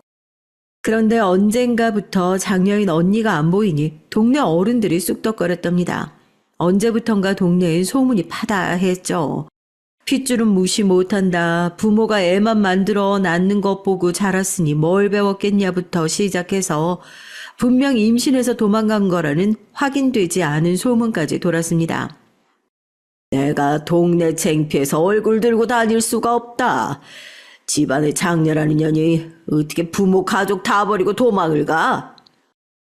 어머니는 매일 울고 아버지는 지금 당장 언니를 잡아다가 머리카락을 몽땅 다 빡빡 밀어서 절에 넣어버리겠다고 난리였죠. 전 이런 말 하면 안 되지만 언니가 이해가 됐어요. 이 집에서 평생 살아봐야 뭐 하겠어요. 하루 종일 공장에서 일해서 번 돈은 부모한테 다 뺏겨서 자기 손에 돈 한 푼 못 만져보고 살다가 대충 아무나 하고 시집이나 갈 게 뻔한데요. 전 언니 걱정은 하지 않기로 했습니다. 언니는 그래도 공장에서 기술이라도 배웠으니 서울 가서 살면 어디라도 취직해서 먹고 살긴 살겠지 싶었거든요. 한편으로는 언니가 서울에서 자리 잡으면 나도 따라 올라가야지 싶기도 했고요. 그런데 말도 안 되는 일이 벌어졌습니다. 괜한 똥물이 제게 튀었어요. 글쎄 고등학교 졸업이 반년도 안 남았는데 부모님께서 저더러 학교로 그만두라고 하시는 거예요. 언니가 없으니 제가 공장 가서 일을 해야 한다고요. 전 그게 무슨 말도 안 되는 소리냐고 소리를 빽빽 질렀습니다. 전 지금까지 살면서 제가 봉제 공장에 다니게 될 거라고는 한 번도 생각한 적이 없었어요. 저는 공부를 열심히 해서 무조건 서울 가서 살 거라고 난리를 쳤습니다. 서울 같은 소리 하고 있네. 너같이 아무것도 할 줄 모르는 촌년을 서울 어디서 받아준다니? 공장이라도 받아준다고 할 때 잔말하지 말고 하루라도 빨리 들어가서 일 배워. 일을 배우긴 뭘 배워. 나 언니처럼 손재주도 없고 참을성도 없어서 공장에서는 죽었다 깨도 일 못한다니까? 이년들이 아주 오냐오냐 하루 밥 3끼 꼬박꼬박 먹어가면서 키웠더니만 한 년은 도망을 가질 않나, 한 년은 부모 말을 안 들어. 잔말 말고 내일부터 공장으로 출근해. 부모가 시키는 대로 하지 않으면 너도 썩 나가버려. 아버지는 손에 잡히는 대로 바닥에 내동댕이 치며 싫으면 나가버리라고 소리를 질렀습니다. 저도 생각 같아서는 이런 거지 같은 집구석 당장 뛰쳐나가버리고 싶었죠. 하지만 어쩌겠어요. 제가 지금 당장 어딜 가겠습니까? 돈도 한 푼 없고 갈 데도 없는데요. 전 결국 다음 날부터 학교를 그만두고 어머니의 손에 이끌려 언니가 다니던 공장에 들어갔죠. 어머니는 제게 신신당부를 했습니다. 언니가 그렇게 도망가 버렸으니까 저라도 사장님 말씀 잘 듣고 같이 일하는 언니들 말 잘 들어야 한다고요. 전 눈물이 왈칵 쏟아질 정도로 서러웠지만 이미 돌이킬 수 없었어요. 공장에 들어가지 않으면 아버지는 정말 저를 집에서 쫓아내실 테니까요. 바로 어제까지 고등학생이던 제가 하루아침에 봉제 공장에서 일하려니까 뭘 알겠습니까? 미싱 돌리는 언니들을 도와 이것저것 해야 하는데 일을 해본 적이 없으니 뭘 해야 할지조차 모르겠더라고요. 야, 조그만 게 왜 이렇게 앞에서 알짱거려? 아우, 저리 꺼져. 전 평화로웠던 고등학교 생활이 그리웠습니다. 공장에서는 일해도 혼나고 안 해도 혼났거든요. 구박만 받으면 오히려 나아요. 그냥 죄송하다고 하면 되니까요. 그런데 제가 없을 때 뒤에서 저를 가지고 씹어대는 건 정말 듣기 힘들었습니다. 제가 잠깐 자리만 비우면 아주 다들 신이 나서 험담을 해댔어요. 하루는 제가 들어온 것도 모르고 언니들끼리 저희 언니 욕을 하고 있더라고요. 쟤 언니가 남자랑 눈 맞아서 집 나갔다잖아. 소문에 그 남자가 유부남이라는 말도 있어. 뭐? 유부남? 나 걔 여우같이 생긴 게 뒤로 호박씨 깔 줄 알았다니까. 그러니까. 근데 저 동생이란 년 웃기지 않냐? 할 줄 아는 것도 없으면서 뭘 믿고 여길 들어온 거야? 뻔뻔한 것도 집안 내력인가? 너 그거 모르는구나? 쟤네 부모가 몇 년 전에 공장 사장한테 돈 잔뜩 꿔가면서 큰딸 직원으로 보낸 거라잖아. 아직 돈도 다 못 갚았는데 그 큰딸이 하루아침에 도망갔으니 어쩔 수 없이 둘째라도 보낸 거지. 저 집구석도 답이 참 없다니까. 전 도저히 참고 있을 수가 없었어요. 아무리 우리 집안이 답이 없는 집구석이라도 남의 입으로까지 그런 소리를 듣고 싶지 않았습니다. 당신들 우리 언니가 유부남이랑 도망간 거 봤어요? 왜 직접 보지도 않은 걸 가지고 말을 지어내고 난리예요? 이야, 우리 년이 어이 소리를 지르고 있어? 그걸 눈으로 직접 봐야 하냐? 딱 보면 아는 거지. 아, 그래요? 그럼 저도 지금 바로 나가서 다른 언니들한테 언니랑 공장 사장이랑 바람 났다고 말할 거예요. 딱 봐도 여우같이 생긴 게 그래 보인다고요. 뭐야, 이년 이게 아주 제대로 돌았네. 저는 그날 공장 언니들과 머리채를 붙잡고 바닥에 뒹굴면서 싸웠습니다. 2대1이었지만 절대 지지 않았죠. 제가 고등학교 내내 학교 생활을 편하게 한 이유가 있었거든요. 제가 키는 작아도 힘 하나는 좋아요. 둘 다 바닥에 눕혀놓고 아주 흠씬 때려줬습니다. 다른 언니가 와서 말리지 않았으면 둘 다 아주 그 요상한 입을 찢어버렸을 거예요. 제 싸움은 아직 끝나지 않았습니다. 전 그제 알았어요. 제가 공장에 온 이유가 물론 돈 때문일 거라고는 예상했지만 공장 사장한테 부모님이 돈을 잔뜩 빌려갔다는 얘기는 처음 들었거든요. 그것도 남의 입을 통해서요. 전 그날 집에 가서 부모님께 아주 난리를 쳤습니다. 부모라고 평생 도움이 안 되는 사람들이라는 건 알았지만 이 정도로 자식 생각을 안 하는 분들인지 몰랐거든요. 엄마 아빠는 자식들 보기 부끄럽지도 않아? 어떻게 자식을 둘씩이나 공장에 팔아먹을 수가 있어? 뭐야? 이 자식이 어디서 부모 앞에서 눈을 부라려. 그리고 내가 자식을 팔기는 언제 팔았다고 그래? 그 집 애들이 다 컸으면 나가서 돈을 벌어오는 게 당연한 거지. 자식이 커서 돈을 벌면 그 돈이 자식 돈이지 엄마 아빠 돈이야? 왜 마음대로 사람을 공장에 처박아 놓고 돈은 엄마 아빠가 챙기는데 그건 자식이 아니라 노예지. 이게 지호 언니 집 나갔다는 소리 들으니까 지도 나가고 싶어서 아주 환장을 했구만. 너 말 한 번 잘했다. 내가 너 아주 제대로 노예처럼 제값 받아서 팔아줄 테니까 기대해. 아버지라는 인간은 원래 그런 사람이었습니다. 어머니가 뭐가 좋자고 자식을 11명이나 낳았겠어요. 아버지가 하도 아들 타령하니 쉬지 않고 줄줄이 계속 낳으신 거죠.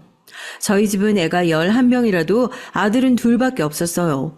온통 다 딸이요. 아버지는 툭하면 딸은 시집 보내면 끝이라고 여자는 시집 가면 남편 집안 사람이라는 말을 입에 달고 살았습니다. 시집 가면 절대 친정에 올 생각은 하지도 말라고요. 전 어릴 때부터 그 소리가 듣기 싫어서 아버지가 그런 소리를 할 때마다 집을 나와 버렸고요. 그냥 친구들과 어울려 놀았죠. 그러다 보면 아버지 말을 좀 잊을 수 있었거든요. 그날 이후 공장에서도 아무도 저를 건드리지 않았습니다. 공장에 제가 미친년이란 소문이 났거든요. 전 소문 따윈 상관없었습니다. 오히려 편하게 공장 생활을 할 수 있어서 좋았어요. 그러던 어느 날이었습니다. 저도 어느새 성인이 되고 공장 일도 적응이 돼서 나름대로 열심히 살고 있었어요. 그런데 웬일로 아버지께서 집에 들어오시더니 저부터 찾으시더군요. 저를 앞에 앉혀놓고 하시는 말씀이 어이가 없었죠. 제 결혼 날짜를 정해놨다고 하더군요. 너희 고모가 아주 좋은 혼처를 알아봐 주셨길래 내가 바로 날 잡고 오는 길이다. 여보, 아무리 그래도 얼굴도 모르는 사람이랑 애를 어떻게 결혼을 시켜요? 이 여편 내가 지금 내가 한 말 못 들었어? 누나가 엄청 좋은 혼처라고 했다니까. 부모가 땅 부자이다가 장남인데 그 많은 땅을 장가가면 무조건 장남한테 물려준다잖아. 그 집에만 시집가면 인연은 발작 피는 거야. 아버지, 그게 말이 돼요? 내가 언제 아버지한테 팔자 고쳐달라고 했어요? 딸내미 가지고 장사할 생각하지 말고 내 앞날이나 막지 마요. 이런 배웅망덕한 년 같으니라고. 당신이 뭘 멀뚱 보고 있어? 지금 당장 몽둥이 가져와. 내가 이 싸가지 없는 년 아주 버릇을 고쳐줄라니까. 아버지는 주변에 손에 잡히는 대로 제게 던졌습니다. 그 정도는 놀랍지도 않았어요. 어릴 때부터 하도 보고 자라서요. 그런데 이번엔 정말 나가서 몽둥이라도 꺾어다가 저를 후려칠 생각인 것 같더라고요. 저를 제대로 팔아주겠다는 말이 바로 이 말이었나 봐요. 월급도 못 받고 공장에서 일하게 하더니만 이제는 얼굴도 모르는 남자와 시집을 보낸다네요. 제가 절대 결혼 안 할 거라고 바락바락 악을 쓰자 아버지는 저를 방에 가둬버렸습니다. 집도 좁은데 굳이 저 하나 잡겠다고 빈 방에 저를 넣어놓고 밖에서 문을 잠갔더라고요. 전 그날 밤 서러워서 얼마나 울었는지 몰라요. 아주 통곡을 했죠. 새벽에 아버지가 잠들고 나서야 어머니가 문을 열어주셨어요. 어머니는 제 얼굴을 보더니 눈물을 쏟으셨습니다. 어머니가 우는 모습은 그때 처음 봤어요. 미안하다. 미안해. 내가 너희한테 정말 염치가 없어. 너희 아버지가 저런 인간인 거 뻔히 알면서 엄마가 더 낳지를 말았어야 했는데 너희한테 부담 줘서 미안하다. 그러니까 그냥 넌 시집 가. 어떤 남자든 이 집보단 나을 거 아니니. 어머니는 정말 저를 걱정해서 하신 말씀이었어요. 아버지 밑에서 평생 구박받으면서 혹사당하느니 그냥 아예 새로운 곳에 가서 새롭게 시작하는 게 낫다고요. 어머니는 지금까지 잘해준 것도 없어서 일찍 시집 보내는 게 마음이 좋지 않지만 시집가면 시댁에 잘하고 남편한테 예쁨 받으면서 살랍니다. 그게 어머니도 차라리 마음이 편할 것 같다고요. 전 어머니 말대로 결혼하기로 했어요. 어머니 말이 맞아요. 이 집에서 제가 제 맘대로 살 수 있는 방법은 없었습니다. 새로운 곳에서 새롭게 시작하는 게 나을 것 같았죠. 결혼식 날짜가 고작 한 달 남았는데 전 남편감을 처음 만났어요. 단둘이 동네 다방에서 만났는데 남편은 저를 마음에 들어하지 않는 것 같았죠. 제가 한눈에 알아볼 정도로요. 사실 제가 키도 작고 인물도 없다는 건 저도 알아요. 그렇다고 아주 못 봐줄 정도는 아니에요. 거기다가 남편감으로 나온 남자도 뭐 썩 봐줄 건 없었습니다. 키도 별로 안 크고 눈도 툭 튀어나온 게 메기같이 생겼더라고요. 서로 마음에 안 들어도 어쩌겠어요. 이미 부모님들께서 정해놓은 짝인걸요. 요즘 사람들은 절대 이해하지 못하겠지만 그땐 그랬습니다. 다들 나이들만 먹었지 여자가 뭐고 남자가 뭐고 잘 몰랐어요. 한두 번 얼굴 보고 바로 첫날 밤 치르고 그랬으니까요. 그래도 자식만 잘 낳고 다들 잘만 살았죠. 저도 그렇게 시간이 흐르는 대로 그냥 살자라고 마음먹었죠. 남편한테 사랑받고 시부모님한테 잘하다 보면 저도 언젠가 남들과 비슷하게는 살 수 있지 않을까 기대하면서요. 하지만 제 기대는 금세 부서졌습니다. 제 결혼 생활도 그전과 별반 다르지 않았어요. 부모님한테도 사랑 한번 못 받아본 제가 누구한테 사랑을 받겠어요. 전 결혼식 올리고 신혼 첫날 밤부터 남편과 각자 이불 덮고 잤어요. 거사를 치르자마자 남편은 몸을 휙 돌리고 돌아서서 잠들더라고요. 전 첫날 밤부터 남편 등을 보고 잤습니다. 신혼 때는 그나마 한 방에서라도 잤는데 아들이 태어나니까 남편이 아예 다른 방 가서 자겠다고 하더라고요. 새벽에 애가 하도 깨서 잠을 한숨도 못 자겠어. 아침 일찍 밭에 나가야 되는데 가장이 잠은 자야지. 그때는 남편 말이 맞는다고 생각했습니다. 아들이 어릴 때라 새벽에 2시간마다 깨서 울다 보니 남편이 거의 자질 못했거든요. 새벽부터 일하러 가는 사람 잠이라도 잘 재우자 싶어서 전 그러라고 했습니다. 어느 날이었어요. 제가 아들을 재우다가 그만 저도 깜빡 졸았나 보더라고요. 깨서 시계를 확인했더니 남편 참을 가져다 줄 시간이 훌쩍 지났더라고요. 전 깜짝 놀라서 벌떡 일어났죠. 그런데 그때 방 밖에서 남편 목소리가 들렸습니다. 시어머니와 얘기를 나누고 있는 것 같더라고요. 당시에 시부모님과 함께 살았거든요. 아무래도 제가 참을 가지고 오지 않으니까 남편이 아예 집으로 온 것 같았습니다. 전 깜빡 잠들었다고 말하면서 방문을 열고 나가려던 참이었는데 하필이면 그때 제가 절대 듣지 말아야 할 말을 듣고 말았죠.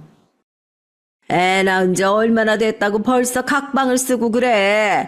애들 터울 많아봐야 좋을 거 없어. 첫째 100일도 지났으니까 이제 바로 둘째 가져야지. 어머니가 무슨 말씀하시는지 아는데요. 저 지금까지 많이 참았어요. 아들 하나 낳은 것도 기적이라고요. 그게 무슨 소리야? 네가 참기를 뭘 참았다는 거야? 엄마요. 저도 부모님 생각해서 어떻게든 잘 살아보려고 하는데 엄마 얼굴 보고는 도저히 마음이 통하질 않는다고요. 어이구 이 철딱선이 없는 놈아. 여자 인물 좋아봐야 딴짓이나 하지. 뭘 그런 걸 따져. 우리처럼 손귀한 집에서 단번에 아들 낳은 거 봐라. 저 집구석이 재물은 없어도 새끼 하나는 기똥차게 난다니까. 그러니까 딴 생각 말고 아들 하나만 딱 하나만 더 낳아. 진짜 제가 무슨 짐승이에요. 마음에도 없는 새끼만 낳게. 저 상판떼기 보고는 도저히 못하겠으니까 어머니도 그만 좀 하세요. 전 그대로 바닥에 주저앉아 입을 틀어막고 울었습니다. 살다 메기같이 생긴 새끼한테 저딴 소리를 듣는데 너무 억울하고 제 팔자가 너무 기구해서요. 너무 서러웠어요. 남편의 목소리와 말이 화살처럼 가슴에 깊게 박혀서 빠지질 않았습니다. 그날 이후 저는 남편 얼굴도 쳐다보지 않았어요. 눈만 마주쳐도 소름이 돋았습니다. 아들은 아직 돌도 되지 않았는데 앞으로 어떻게 이 집에서 살아야 할지 막막하기만 했죠. 시어머니는 제 속도 모르고 매일매일 둘째 타령을 하셨어요. 거기다가 더 어이가 없는 건 시어머니의 태도였습니다. 어느 날 집으로 화장품 파는 사람을 불렀더라고요. 그래놓고 저를 불러서 화장품을 좀 골라보랍니다. 어머님 말씀 감사한데 저 화장품 발라본 적이 없어서 뭐가 뭔지 잘 몰라요. 그냥 어머니 것만 사세요. 네가 곰탱이 마냥 그렇게 뚱하게 하고 있으니까 우리 장남이 집에 마음을 못 두고 여기저기 딴 생각만 하고 다니잖아. 계집이면 계집답게 남편한테 사랑받을 생각을 해야지. 넌 젊은 애가 어쩜 그렇게 생각이 없니? 마음도 없는 남자와 결혼해서 시부모님까지 모시고 사는 게 어디 쉽겠습니까? 저도 결혼 전 친정 어머니께서 시부모님께 사랑받고 남편과 사이좋게 지내라고 하신 말씀을 지키기 위해 참은 것뿐이었어요. 거기다가 궁금하지도 않은 남편 속마음까지 알게 돼서 착잡한 와중에 계집이면 계집답게 남편한테 사랑을 받을 궁리를 해야 한다는 시어머니의 말을 들으니까 정말 참을 수가 없더라고요. 표정 관리가 되질 않았어요. 제가 왜 남편한테 사랑받으려고 노력을 해야 되는데요? 남편이라고 예쁜 구석 하나 없는데 왜 저만 노력해야 되냐고요? 저도 모르게 화가 나서 그만 시어머니에게 버럭 소리를 질렀습니다. 결혼하고 지금까지 살면서 제가 처음으로 그런 모습을 보였으니 시어머니는 놀라 어안이 벙벙하신 것 같더라고요. 어머, 애미야. 네가 지금 상황 파악이 안 되나 본데 네가 우리 집에 시집 온 이유가 뭐냐? 며느리로서의 본분을 다하기 위해서잖아. 그런 며느리로서 대를 잇고 남편 내조에 신경을 써야지. 대를 잇고 내조를 잘하려면 화장품을 사서 발라야 하나요? 남자들이 밖에 나가면 길거리에 깔린 게 여잔데, 매일 보는 마누라한테 마음이 끌리겠니? 응? 그러니까 여자가 알아서 집에서 좀 가꾸고 꾸미면 좋잖아. 더는 싸울 힘도 없었습니다. 더 말하고 싶지도 않았어요. 말 같아야 말을 섞죠. 그런데 얼마 뒤 일이 터졌습니다. 남편이라는 인간은 결국 제 한계를 시험했어요. 남편이 바람을 피웠어요. 최근에 참때만 되면 어디로 그렇게 사라지나 했더니 동네 다방에 매일같이 드나들더라고요. 어리고 예쁜 다방년한테 푹 빠져서 아주 정신을 못 차린다고 동네 소문이 파다하더라고요. 시어머니 금가락지랑 팔찌까지 훔쳐다가 그년한테 갖다 주었다네요. 저는 남편에게 따져 물었습니다. 우리가 아무리 마음은 없어도 아들까지 낳고 산 부부 사이인데 어떻게 이럴 수가 있냐고요. 그러자 남편 말이 아주 가관이었습니다. 나라고 내 아들 새끼 놔두고 딴 여자 품에 안기고 싶겠냐? 근데 어떡해. 당신한테는 전혀 그런 마음이 생기질 않는데 못생겼으면 좀 귀엽기라도 하든가. 이건 뭐 인물도 없으면서 성격까지 빡빡하니 내가 도대체 어느 구석을 보고 당신이랑 정이 붙이고 사냐고. 뻔뻔하게 구는 남편의 말에 정 간신히 잡고 있던 이성의 끈이 퍽 하고 끊어졌어요. 저도 모르게 옛날 습관이 나오고 말았죠. 전 남편에게 달려들어서 남편의 머리통을 갈겨버렸습니다. 뭐? 못생겨? 네가 나한테 그런 말 할 주제가 된다고 생각해? 매운탕 안에 메기 새끼보다 못생긴 놈이 어디서 개소리를 찌꺼리고 있어. 너 오늘 내 손에 죽어봐라. 너 죽고 나 죽자. 지금까지 꾹 삭히고 살던 분노가 결국 터지고 말았죠. 전 남편 머리털을 다 뽑아버렸어요. 그 장면을 보신 시부모님께서는 저를 남편에게서 떼어 놓으셨습니다. 시어머니는 저에게 뭐 이런 년이 다 있냐고 생 난리를 치셨지만 하나도 들리지 않았어요. 저는 남편, 이 자식을 아주 반토막 내줄 생각이었거든요. 전 결국 남편과 헤어졌습니다. 아들을 데리고 시댁을 나왔어요. 시댁에서는 아들을 안 주려고 난리를 쳤지만 전 안 그러면 남편이 바람핀 사실을 동네방네 소문내겠다고 했고요. 시부모님 성미에 제가 나가도 남편을 무조건 재혼시킬 게 뻔해요. 그 좁디 좁은 동네에서 아무리 돈 좀 있는 집구석이라도 결국은 제 취자리로 가는 건데 바람둥이한테 시집 올 여자가 어디 있겠어요? 할 수 없이 시부모님은 손주를 포기하셨습니다. 아마 아들이 세장가를 가면 또 자식을 볼 수 있을 거라 생각한 것 같아요. 근데 제가 나중에 들은 소식인데 남편이 재혼을 하고도 자식을 못 봤답니다. 남편이 그 다방년한테 미쳐서 새로 장가를 가고도 정신을 못 차렸다더군요. 전 그 소식을 듣고 나서야 다리를 쭉 뻗고 잤습니다. 그냥 속이 뻥 뚫리는 것 같아서요. 남편과 헤어진 건 제가 지금까지 살면서 가장 잘한 일이긴 해요. 하지만 그때부터 새로운 고생문이 또 열렸죠. 어린 아들을 데리고 무작정 시댁을 나오긴 했는데 막상 갈 데가 없더라고요. 돈도 없었고요. 어쩔 수 없이 친정에 가야만 했습니다. 저라고 거지 같은 친정에 가고 싶었겠어요. 전 남편과 헤어지고 친정으로 돌아간 게 결혼식을 올리고 처음으로 친정에 간 거였어요. 시댁에서 친정에 못 가게 한 건 아니었고요. 오히려 친정 아버지가 오지 말라고 한 거예요. 친정이 이사할 때도 제가 가겠다고 했지만 오지 못하게 했어요. 그뿐 아니에요. 명절에도 임신했을 때도 심지어 아들을 낳을 때도 딸려는 필요 없으니까 오지 말라고 했습니다. 저도 그런 소리까지 듣고 절대 가고 싶지 않아서 어머니와 동생들이 보고 싶어도 지금까지 꾹 참았죠. 그런데 몇 년 만에 간 친정에서 반가운 얼굴을 봤습니다. 바로 몇 년 전 집을 나간 언니였어요. 우리 큰언니요. 언니가 집에 돌아왔더라고요. 거기다 더 기가 막혔던 건 언니도 아이가 있었습니다. 아들이요. 이래서 부모님이 저를 친정에 오지 못하게 한 거였습니다. 그 오랫동안 살았던 동네에서 이사까지 하신 거고요. 혹시나 네 언니가 남자한테 버림받고 돌아왔다는 소리가 너희 시댁이라도 들어가면 네가 구박받을까 봐 우리는 못 오게 한 건데 너까지 이렇게 소박맞고 돌아오면 엄마는 이제 어떻게 사냐. 자식으로서 이런 꼴 보여드리는 건 너무 죄송한데요. 나 괜찮아요. 나도 언니도 둘 다 잘 살 거야. 그러니까 엄마도 괜한 걱정하지 말아요. 그나마 어머니는 금방 마음을 추스렸지만 아버지는 제 얼굴도 보지 않았어요. 심지어 제 아들도 한번 쳐다보질 않으셨습니다. 상관없었어요. 원래 독한 양반인 거 모르는 것도 아니니까요.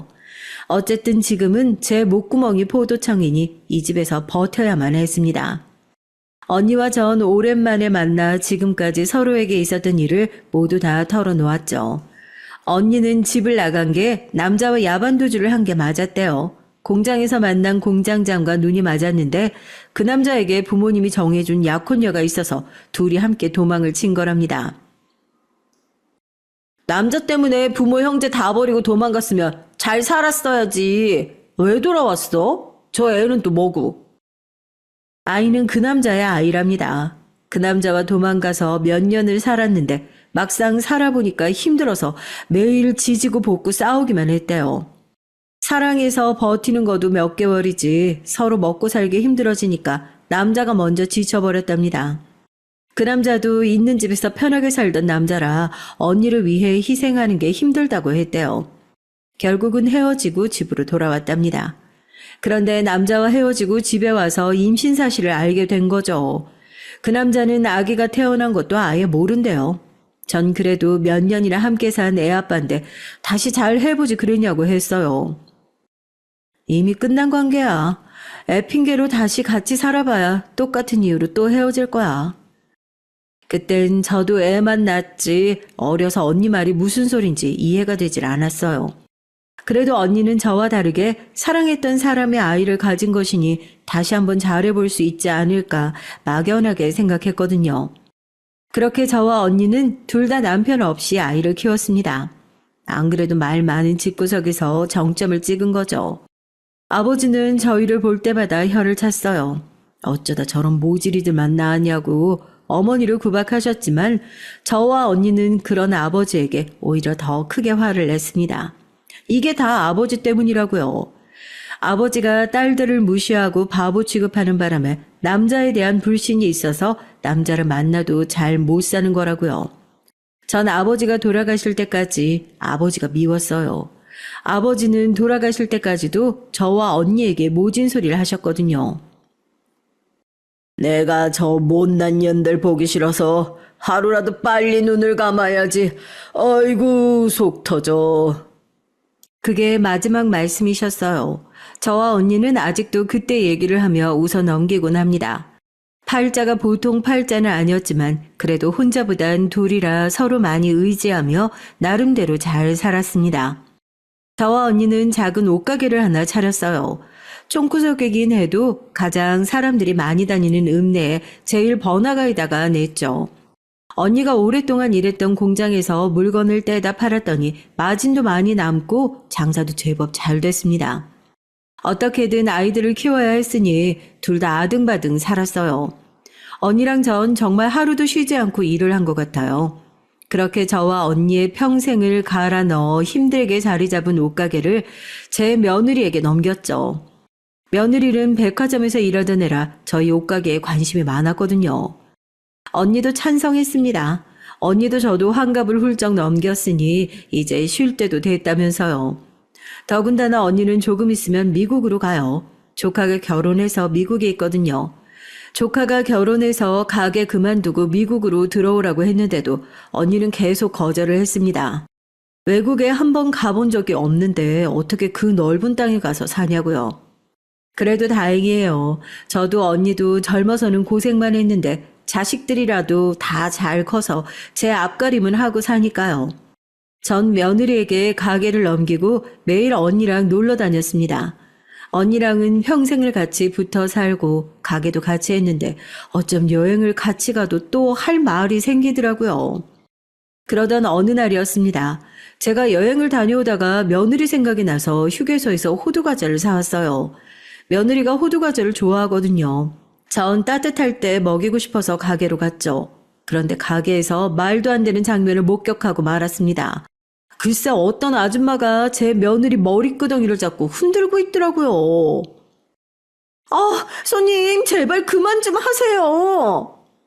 내가 좋은 말로 할 때 당장 환불하라고 했지? 젊은 년이 왜 말귀를 못 알아먹어. 뒤지기 싫으면 지금 당장 내 돈 내놔. 무식한 여편네가 감히 제 며느리 머리채를 잡고 여기저기 퍽퍽 내려치고 있는 것이었습니다.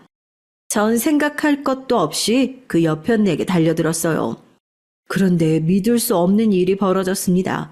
글쎄 그 미친 여편네가 분명 제가 아는 사람이었어요. 순덕, 제 고등학교 동창인 차순덕이었습니다. 순덕이 인연이 며느리 가게에서 한 달 전에 사간 옷을 환불해달라고 가져왔다네요.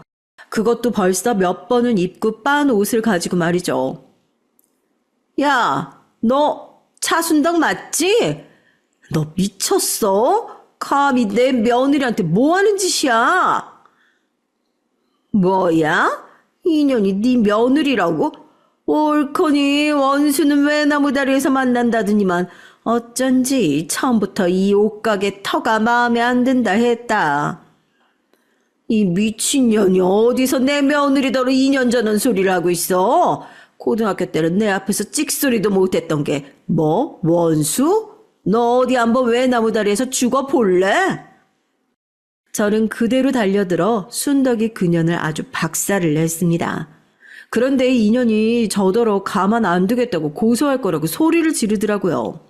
자기 남편이 누군 줄 아냐면서요. 네 남편이 누구든 말든 난 상관없으니까 고소를 하든 말든 너 알아서 해. 그런데 얼마 뒤 정말 가게로 고소장이 왔어요. 저뿐만이 아니라 며느리 이름까지 적어서 둘 다 고소를 했더라고요. 이대로 넘어갈 수는 없었습니다. 도대체 차순덕 전현하고는 무슨 원수가 져서 평생 이렇게 쫓아다니는지 모르겠어요. 저도 이제 나이도 먹을 만큼 먹었고 산전수전도 다 겪었으니 옛날 성격 다 죽었다고 생각했는데 아니더라고요. 제 하나밖에 없는 귀한 며느리를 건드리는데 이성이 확 날아가 버렸습니다.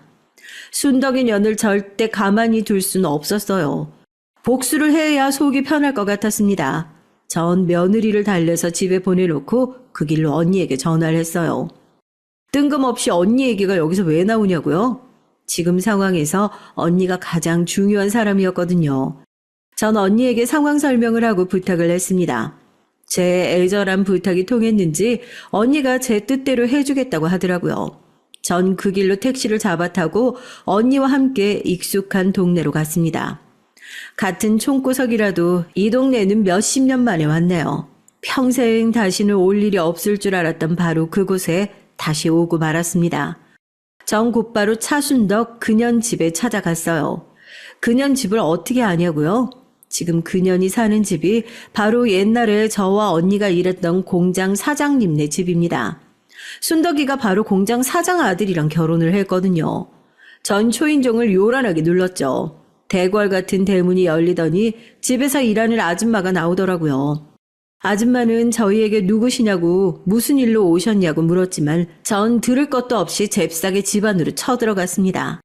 현관문을 벌컥 열고 들어갔더니 다행히도 제가 보고 싶었던 사람들이 전부 다 있더라고요. 순덕이는 물론이고 순덕이의 남편인 공장 사장 아들까지도요. 순덕이는 제 얼굴을 보자마자 눈이 금방이라도 굴러 떨어질 것처럼 커졌습니다. 야, 땅콩! 네가 감히 여기가 어디라고 와? 너도 한 대 맞으려고 왔어? 미친 소리하고 앉았네. 이런 대궐에 살면서 한 달이나 입은 옷을 가지고 환불을 받으러 와? 이 구질구질한 년아? 그때였어요. 제 뒤를 따라 언니가 들어오자 순덕이의 남편 얼굴이 아주 사색이 되다 못해 창백해졌습니다. 그럴만도 했죠. 공장 사장 아들의 첫사랑이 바로 저희 언니니까요. 그뿐인가요? 두 사람은 40년 전 야반도주까지 했던 사이인데요. 둘이 몇 년 동안 동거까지 했죠. 네, 맞습니다. 순덕이 남편이자 공장 사장 아들이 바로 언니와 40년 전 야반도주했던 바로 그 공장장이에요. 당시에 언니야 워낙 없는 집 딸이다 보니 웬 남자랑 야반도주를 했다더라. 임신해서 혼자 애를 낳았다더라. 이상한 소문에 시달렸지만 상대방 남자가 공장 사장 아들이라는 사실은 다들 몰랐어요. 공장 사장이 동네에서 알아주는 부자라 공장이 하나도 아니었고 사장 아들이 공장장이라는 사실도 다들 몰랐었거든요.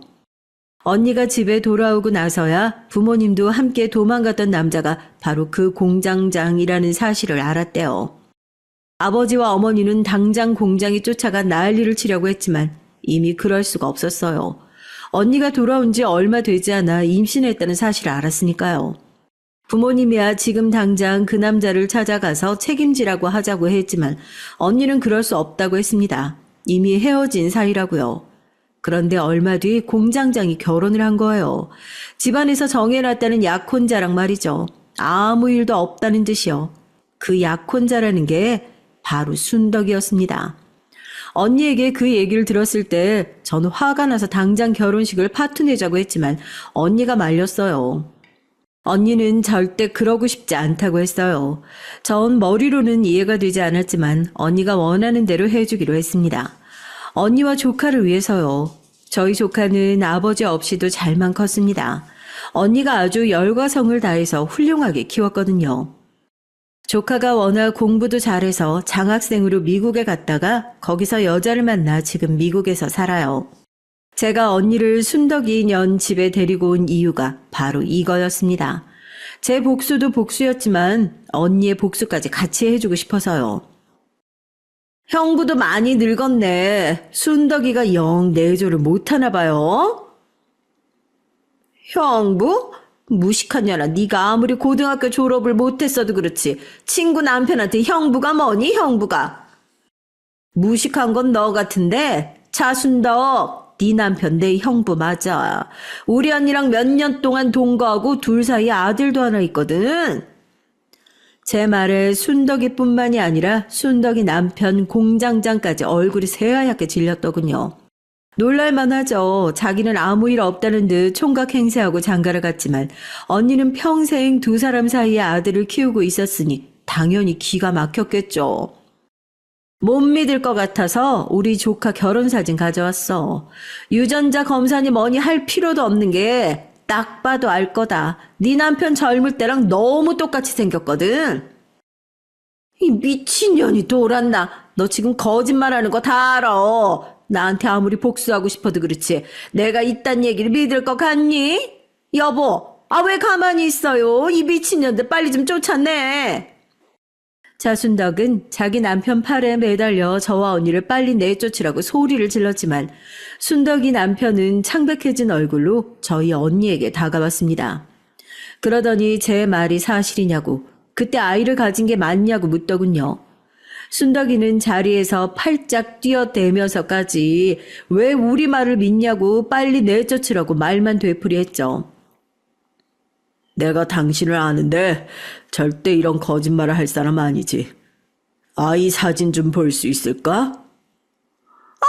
당신 미쳤어. 지금 뭐 하는 거야? 순식간에 집안을 난리가 났어요. 순덕이 년이 화를 참을 수 없었는지 길길이 날뛰면서 눈에 보이는 물건을 마구 던졌습니다. 그 와중에도 순덕이 남편은 집 핏줄을 알아봤는지 사진을 끌어안고 바닥에 주저앉더군요. 후회할 만하죠. 누가 봐도 순덕이 같은 년을 지금까지 사랑해서 살았을 것 같지는 않았거든요. 순덕이 남편은 언니에게 아들을 한번 꼭 보고 싶다고 했습니다. 내 아들 보여주려고 여기까지 온 거 아니야. 당신이 나 버리고 딴 여자랑 얼마나 잘 살았나 한번 보러 온 거지. 근데 나 버리고 가서 만난 여자가 기껏 저런 무식한 여자야? 당신도 참 불쌍하다. 저와 언니는 그대로 집을 나왔어요. 현관문을 닫고 대문을 나올 때까지도 순덕이 년의 고함 소리가 밖에까지 들렸습니다. 전 속이 다 시원했어요. 처음 순덕이네 가겠다고 마음 먹었을 땐 머리털이란 털은 다 뽑아버리고 머리통도 갈기려고 했는데 그럴 필요가 없겠더라고요. 이미 차순덕 전에는 벌을 받았어요. 저 기고만장한 년이 평생 믿고 산 남편에게 배신당했다는 사실에 죽을 때까지 억울해하면서 살 테니까요. 그 이후로 어떻게 지내고 있냐고요? 저야 뭐 잘 살고 있죠. 언니는 아들이 있는 미국으로 떠났고 며느리 가게는 여전히 잘 되고 있습니다. 순덕이 그년도 더는 가게에 나타나지 않았고요. 아, 한 가지 달라진 건 순덕이 남편이 자꾸만 저를 찾아온다는 겁니다. 언니와 조카가 있는 미국 주소 알고 싶다면서요. 전 언니가 원하지 않으니까 다신 찾아오지 말아달라고 단호하게 말했지만 순덕이와 이혼했다면서 다시 언니를 만나고 싶다고 제게 사정을 하더군요. 전 콧방귀도 끼지 않았어요. 어이가 없어서요. 전 이번 일을 계기로 깨달은 게 있어요. 사람은 평생 철이 들지 않는다는 걸 말이죠. 순덕이를 보면서 저도 지난 날의 저를 되새기며 반성했습니다. 지금부터라도 남은 생은 좋은 어른으로 좋은 사람으로 살아보려고요.